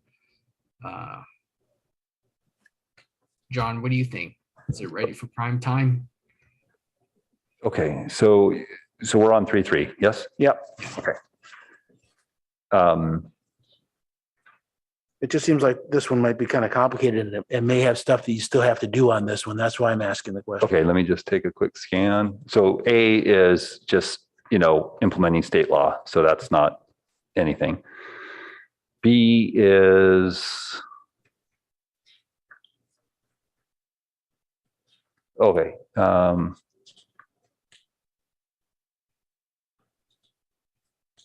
Height, parking spaces at 0.75 and this is et cetera, et cetera. Yeah. Oh, my apologies. I was thinking of a program 3.4 for mixed use where we had a lot of blanks. Yeah, no, 3.4 and 3.5, I think we are going to skip, right? Yeah. Okay. Well, okay. So hold on. So I think on. Okay. Yeah, no, I think we should go through these. I think it's relatively straightforward. So A is state law. So we just need to make these changes to incorporate these changes into our local ordinance. B is simply saying that we are going to continue to allow the affordable housing overlay, or the affordable housing incentive, as we're calling it now, for 100% affordable housing projects. This is existing code. So we're just going to continue to do that. C recognizes that the city council recently on June 1st made a change to this requirement or provision, getting rid of the overlay and making it a by right development, or by right. It's still subject to, it's subject to, it can have increased height and floor area based on the parameters that are set forth in B. And if it's subject to the objective standards, which the city council also just recently adopted, it would have a courtesy review before the architecture review board. So C reflects current law, or what will be current law in about 30 days or so. And then D is a suggestion that we've made some good progress on the affordable housing overlay / incentive program. But there's this requirement right now that says you can go up to 2.4, but the 0.4 of that is commercial. So this D suggests that we eliminate that we allow that 0.4 to go to the residential building. So no change to the overall FAR. We're just saying you don't have to have the commercial. And also also that we allow the project to go up to 60 feet in height. And the reason for that, as we're seeing with the application that's on file with the city at 3001 El Camino, state density bonus law, super density bonus provisions allow you to go to 60 feet anyways. So this is something that's an alternative to state law if we want to stay competitive with the state density bonus, but still have our process, somewhat in place. This is just sort of recognizing the state of affairs. So it looks like a lot, and it is from an affordable housing developer standpoint. This is a great, this is something that people have been asking for a lot. And we've made some great progress recently. And I think there's just a few areas that we can maybe enhance it a bit further.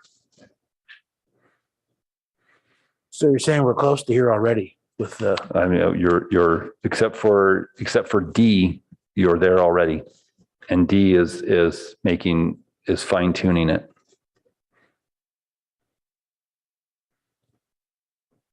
And again, these are projects that are 60% AMI.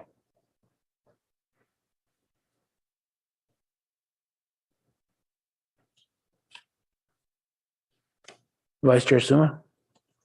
Oh, I do have a couple questions about B. Sorry. I do have a couple of questions about B. And it says, right after it, it says in parens new in red. But you're saying that's not new? It's new from what the housing element working group looked at. These notations about new or revised are an effort to crosswalk the last iteration that the housing element working group looked at and show that we've made a change or we've added something. So this is a new objective that we've added to our programs, but it's not a new policy. It's an existing policy. It's an existing policy. It's codified. It's in the books. It's something we're already doing. Okay. Wilton Court is the project that took advantage of this. Which one? Wilton Court? Wilton Okay, Court. okay. I wasn't remembering. And just in general, when we say up to 120% AMI, I forget, I think I've asked this before. Does that mean it can be all at 120 or does there have to be a mix? Or in B? It does not need to be a mix. The council approved it when it adopted this overlay regulation up to 120% AMI. But for any project that would use this, Could it be all 120 AMI as opposed to some blend between? It could all be 120% AMI. Okay. Again, existing code. this is the original affordable housing overlay, right? Yes. Right. Just a thought that maybe we want to consider not just simply up to 120 to get a little broader spread of income ranges, but I don't know many market rate developers that are going to build to 120%. And if you're an affordable housing provider to take advantage of certain tax credits, right, you're going to need to have lower income anyways. So I understand why you might hesitate on that 120. I think in practice, it's probably not likely to be built at all 120. Yeah, because a tax credit is capped at 60 project, I believe. Okay, thank you.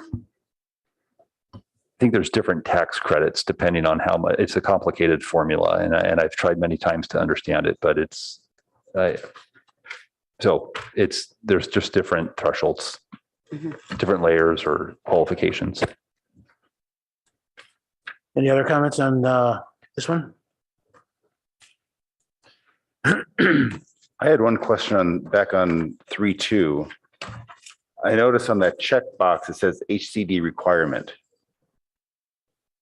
Is it actually explicitly a requirement, or they just want us, that area is a required area and that implementation is just one way of implementing what they want? I think it's the latter, but Tim, can you clarify?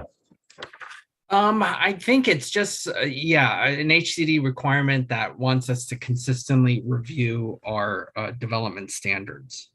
Okay, thank you. Yeah. Okay, so Tim, is 3.4 completed enough to work it? Or do we want to push that one? There are still, I think a number of these will, our feasibility study, which is forthcoming, will address some of these ratios. And so maybe some of that detail. And so I would save this for the 29th. So I might suggest because I think there are some other, clearly there are some gaps in D, and maybe we don't get into that so much, but B has a concept that is not, it's not, dependent on a study. But do we want to do half of a program here, or do we want to just consider this all together when we have all the data? Since we're not going to get through all these all tonight anyway, that's all I'm asking. Chair, I'm just reading through these here. Go ahead.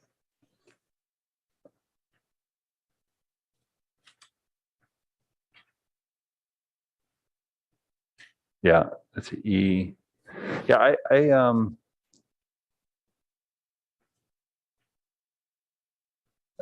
your call. I mean, I think that there are some important concepts here that we need to talk about.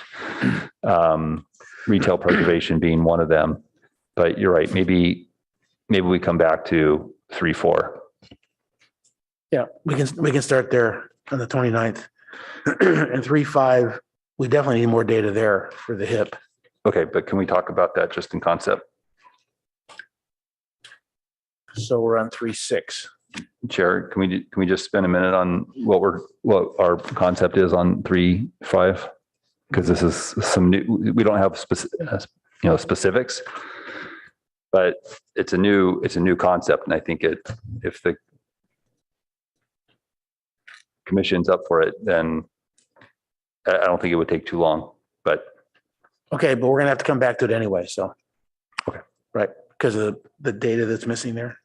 Yeah, well, we may not have the data at your next meeting though either. Well, I mean, if it's a concept that you want us to think about in the next 3 weeks, then yeah, you should go over it now. Okay, and I just don't know the that ad we're hoc's going to meet some on it.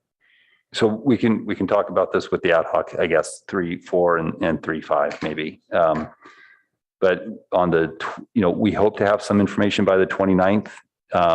But it may be that some of this information is, we're going to have to see how our analysis is coming along. So, okay, we can skip it for now. So 3-6 is expedited project review. Mr. Chair? Yes. I had one of my what does this mean questions on 3-4, and it would help me to have that answer. Sure. It's pretty simple. Makes total sense. So on packet page 32, objective E, the language I didn't really understand was provides clear rental subsidy compared to market rents. And maybe just a brief bit of explanation. Help me understand who subsidizing, yeah, explain it to me. And because I was wondering if maybe there's a clear way to state that. So it is clearer. You. Yeah, this is great. So if there's different words we should be using, will let us know. But the concept is we have one workforce housing overlay project in the city. It's at 2755 El Camino Real. And that's a Page Mill in El Camino. And it's the workforce housing project that is, I think may have paid the in lieu fee, but was required to provide, I want to say 20%, but it may be more than that, of the units restricted at a 130 and a 140% AMI. And the criticism of that project after it's been built and marketed is that the rental rates, they're all studios, right? Studio apartments. And so because the size of the units, the rental rate isn't really, it's pretty much in line with market rate rents. On a square foot basis. Yeah. Yeah. And so the idea is, we may want to just scrap it. That's one solution, but we didn't want to, and that may come out through this process that we don't want to pursue it. But if we do, how do we do it in a way where we actually realize some benefit to the 130, 140% income? And maybe it doesn't qualify for studio projects or studio units, but that's what we're trying to say here. Do we want to scrap it as a policy, or do we want to try to fix it? Okay. So what we're talking about, the use of the word subsidy here, we're talking about compelling the developer to rent at a lower rate than they otherwise would. Lower than market. Yeah. Okay, so that's helpful. I'll sort of think about that between now and the 29th and maybe have some language. Thank you. That was it on 3.4. Thank you, Chair. I had that one underlined as well, so you answered my question too. Let's see. Okay, we're done with that. 3.6. Expedited project review.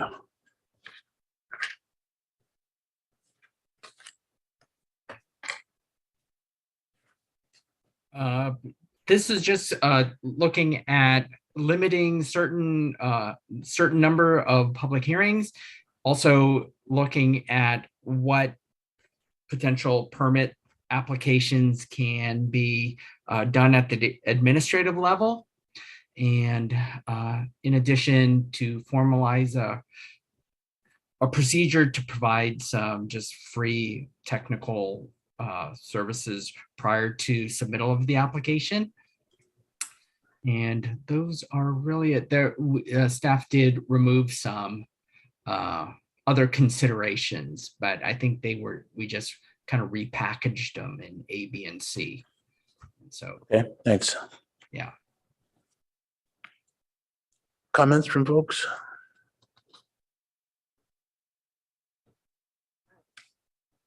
Question from Vice Chair Suma. Thank you. Yes. So B, formalize a procedure to offer no-cost pre-application consultation services. Isn't that going to be difficult from the standpoint of budget for the development services? I'm sorry, what was the question? B is the one about eliminating letter B? Yes, letter B. Yeah, to formalize the no-cost pre-app. Yes. No, I don't believe that will have a significant effect. In many ways, it actually helps us because the quality of the application materials come in. We have a chance to articulate what is needed. So it wouldn't be a lengthy process for staff. It's probably about an hour. Yeah. Okay.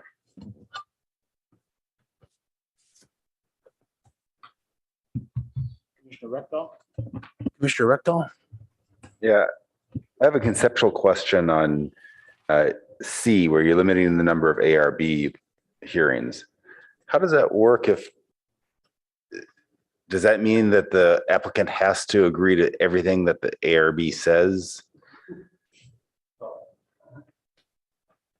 So I'll start by saying that the world is changing and objective standards kind of, and state laws are evolving. And so the role of the Architectural Review Board is something that is, we're having to sort of reconcile through this process. Our existing municipal code limits architectural review to 3 meetings. Okay. And that doesn't preclude the city and the applicant from having additional meetings, if that's, if the applicant wants them. If that's agreeable. Okay. And actually, I think it's the director who gets to ultimately make the call, but it's usually done in concert with an applicant. I would imagine there'd be similar language in something like this that, if the applicant felt like they wanted to go back and have another meeting, fine, we would do that. But what we're seeing now with our objective standards, what we anticipate is that more projects are going to meet these objective standards, and there's really not going to be that much more for the Architectural Review Board to weigh in on. They may have some perspective and comments and some suggestions. And maybe they come back with some refinement to that, but it would only, so that's the idea, is that for a housing project, one of the complaints is it takes too long. It's subjective. So we've got objective standards and we're trying to reduce the time. Okay. Forgive my ignorance. The townhouse project that we looked at last meeting, we were just looking at splitting the lots. That went to ARB. ARB didn't like it. Yep. Is that irrelevant? How does that affect the project if the ARB doesn't like it? Well, they would, that particular project. Yeah. So that one's a little bit, That was a 330 project, right? yeah, SB 330. it was definitely a state density bonus project. I think it was a 330, SB 330 project. So yeah, I did lock in, sort of the standards. So we were publishing a report on that project tomorrow. So you can hear, staff's recommendation. We really don't feel like state law allows us to deny that project. So you'll see that reflected tomorrow. Typically, I think this is an area where we need to have a conversation with the Architecture Review Board and talk about what we're able to approve and what we're able to deny. And, if increasingly, it's harder to deny housing projects, and that's intentional. So if the Architecture Review Board is struggling with a project, we really want to try to work with the applicant to see how far we can get them to move toward in that direction. But so the ARB is just kind of offering suggestions. Is that not, that oversimplification? So they always make recommendations, and those recommendations are made to the director. And 90% or better of the time, probably much better than that, it's a project approval and recommendation, and the project goes forward. Rarely does the ARB get to a place where they feel like they need to deny a project. And the ones that they've denied typically are city projects or cell sites. This is the first housing project, straight housing project, that I think the ARB's denied since I've been here, recommended denial for. So I think it's a bit of an outlier. Okay, so maybe back off and bigger picture. How does this limiting the ARB to two meetings affect? It's one less meeting. And what are the ramifications of that? Well, so if it's,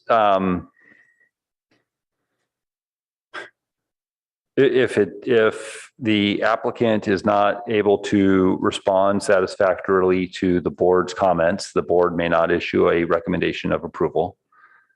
And that's one thing. The other is community members may be dissatisfied with the end result and feel compelled to appeal the project. That's a possibility. But in that scenario, this still moves it forward because it's less, let's see. Anyways, I think those are the two, potential scenarios. The other scenario is the applicant responds and there's one less hearing. I also think that the board doesn't always spend 3 meetings, right? It's not correct to assume that just because they can go to 3, they always do go to 3. A lot of projects are processed within 2 meetings anyways. And it does help to have a little bit of a backstop. There is another procedure in the code, minor ARB applications, which has a two meeting backstop. So, we're just trying to find ways to cut the time down. And if the commission feels that this is one where, it's not appropriate to do that because maybe most projects don't end up going to 3 meetings anyways, we can pull it off. Okay, thank you. Okay, anything more on that one? Oh, sorry. Go ahead. Vice Chair Suma. Thank you. I watch a lot of ARB meetings and they really provide they hardly ever deny anything. Jody Gearhart said since she's been here, they'd have denied 2 projects, and I can't remember what the other one was. They're very collaborative with applicants, but what I've observed is how much better they make the projects for everyone. And since we're not going to have as much control over some projects because of objective standards and state law, I would be more comfortable leaving it at 3 unless the ARB prefers 2, you know? So I guess maybe ask them. And but I really note even a giant project like Castellea, you know, which got to be, but it got to be a lot better in many ways because of the public hearing process. That's probably not a good example because we're all still thinking about it. PTSD. But I notice it on a lot of smaller projects too. I think it's very collaborative and useful. Yeah. So, you know, it's a question really for the commission as to whether or not you think this is a program that's worth advancing. I feel like, you know, staff is, you know, can go either way on it. Okay. Tim, I don't mean to speak for you, but I don't think you were a fan of this one in the first place, were you? I think more efficient process to take, you know, things out of the process are going to be credible to HCD because that's, you know, what we're trying to do and might help with our public image as well. Commissioner Chang? I was actually going to ask that if we are going to do this, is it worth changing the language so that it says limit the number of hearings before the ARB to a maximum of 2 meetings rather than, I mean, some indication of what it was before, right? Because that's, but I don't know. I'm fine with, it just is unclear that this is like a big improvement, which it is. Yeah, good point.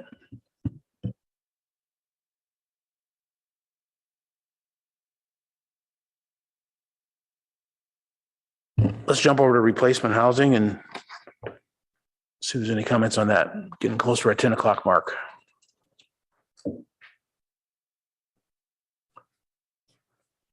Any comments on that one?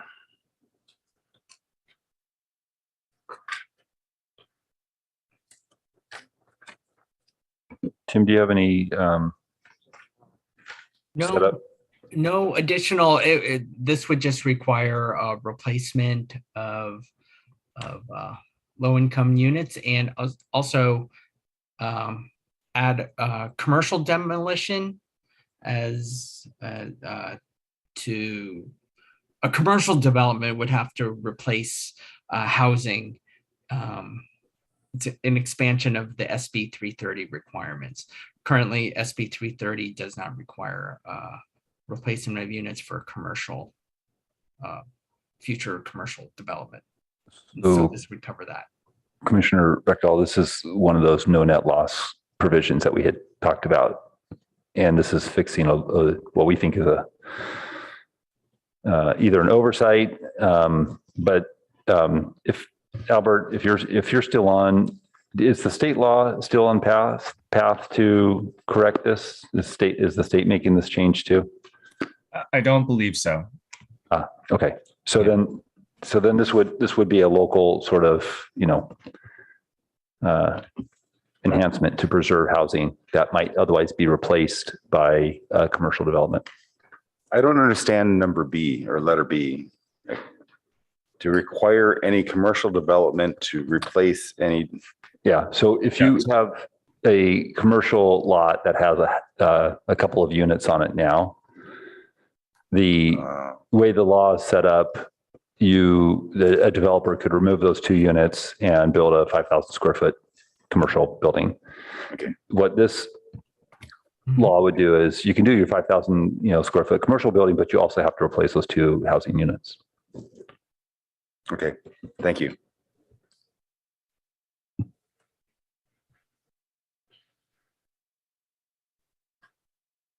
Okay, how about 4.2? All of these are kind of pretty straightforward here, but 4.2 and 4.3, we talk about those together.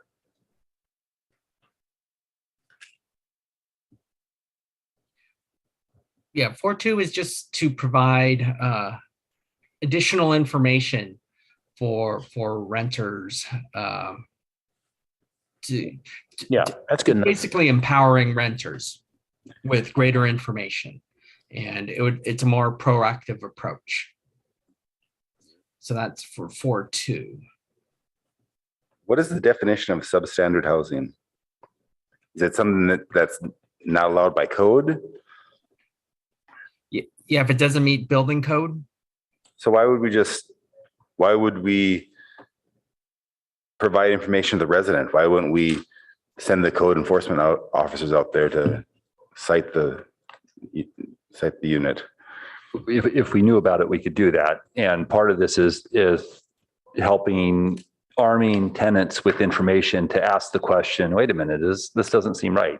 You know, maybe I do have an issue here, and then I can call code enforcement. It's like renters may not know that the conditions that they're living in can be improved and need to be improved. So it's an opportunity to sort of add some more awareness for renters. Yeah, maybe we should reword this because it seems like we're just kind of passing the buck as opposed to this being the first step in getting the problem fixed. Are we on, I'm sorry, 4.2? 4.2. Yeah. Am I misreading that, or does that? Well, so people have that same impression that You might be, and I've done that a number of times on these. It seems pretty clear to me. If I'm a renter, I'm going to get a piece of paper that's going to tell me, among other things, what to do if I think that the place I'm living is substandard. Yeah. Right. And so it's an information sheet for me, and it tells me, among other things, go talk to code enforcement. Yep. It's actually quite proactive and not something we do today. Okay. It's almost more about know your rights. So if a complaint is received, I would think that when we refer it, or if they call them up, you'd triage it over the phone and then say, okay, that sounds legit, and just instantly refer it to code enforcement. Yeah, if we get a complaint, it goes to 311 and code enforcement goes out and takes a look at it. We don't, that's, if somebody's got a concern about that, we would quickly check that out. Mm-hmm. Okay. So again, this is just an informational piece of, we don't do it now, and man, I'm getting tired, Chair. Okay. Okay. It seems like it's kind of a do nothing project, the program, but I don't oppose it. So go ahead. Commissioner Chang? I had a question about 4.3B. So seek additional funding sources to supplement CBDG funding. Is there something that we can do to make that sound more real? Because I would like more funding for everything. I could seek more funding for affordable housing, but I'm never going to get it, right? So is it through grants? Is it through, is this realistic? Where do we get these? Where would we seek? I feel like I could add that to every single item that requires money. So how is this one different, and how do we make it better? That's true. At this point, right now, we only dedicate CDBG funds, Community Development Block Grant funds, to the city's rehab program. But this is something that we could supplement with, for example, the state has come out with a few additional sources through the parcel tax. So for example, through state grants or such and such. I just think that would be a little bit more realistic. Okay. And there might, okay, we will clarify for 3B. Okay, and then just 4.4, and then we'll finish up 4 and be done for tonight. I think this one talks about requiring seismic upgrades of vulnerable housing stock. And pretty straightforward. I believe this is soft story, isn't it, John? It would include soft story. That's yes, but it's a broader program, and we have a budget request in this budget cycle for funding for that program. So this is something that, if supported by the city council later this month, we might be able to advance starting next year. I think it's a great idea. People have been It's- asking for this for 20 years. Yeah. I think. Yeah, past due.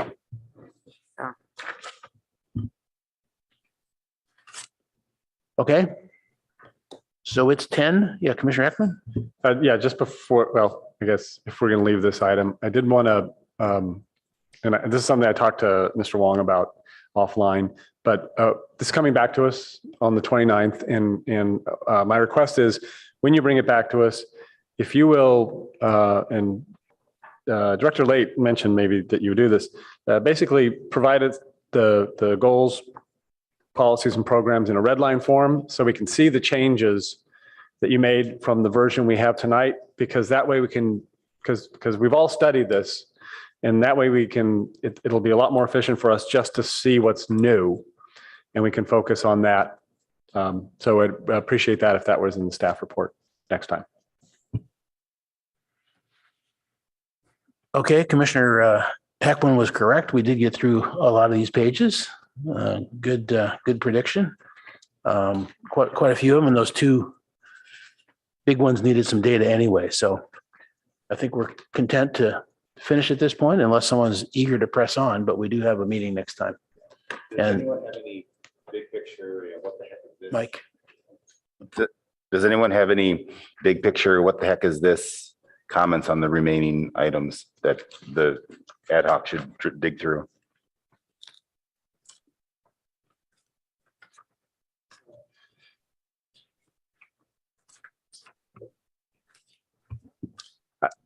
I have one, Chair, if I may. Go ahead. Just, and I'll just present it that way. So something to, because I was gonna, I'm gonna raise it eventually. If you go to packet page 43, it is the objectives for program 610, affirmatively furthering fair housing. In objective C, the term rent stabilization is included. And the thing that I wanted to talk about is whether in a document intended to promote the development of housing, whether this is an appropriate place for that concept, because my view is rent stabilization chills the development of new housing. So, and I'm not looking to debate that tonight, but that's something I'm going to bring up next time. And so if the ad hoc is going through 6.10, that's something you might want to think about. Okay. Fair enough. Any other comments on that? Okay, so there's going to be changes to this document. So technically we don't have to continue this meeting. It's going to be a new hearing on additional things. So there's no motion required. So let's move along to minute approvals and then we're ready to go. So the batting order that appeared in our minutes is not quite correct. So we're going to do them in actual calendar order.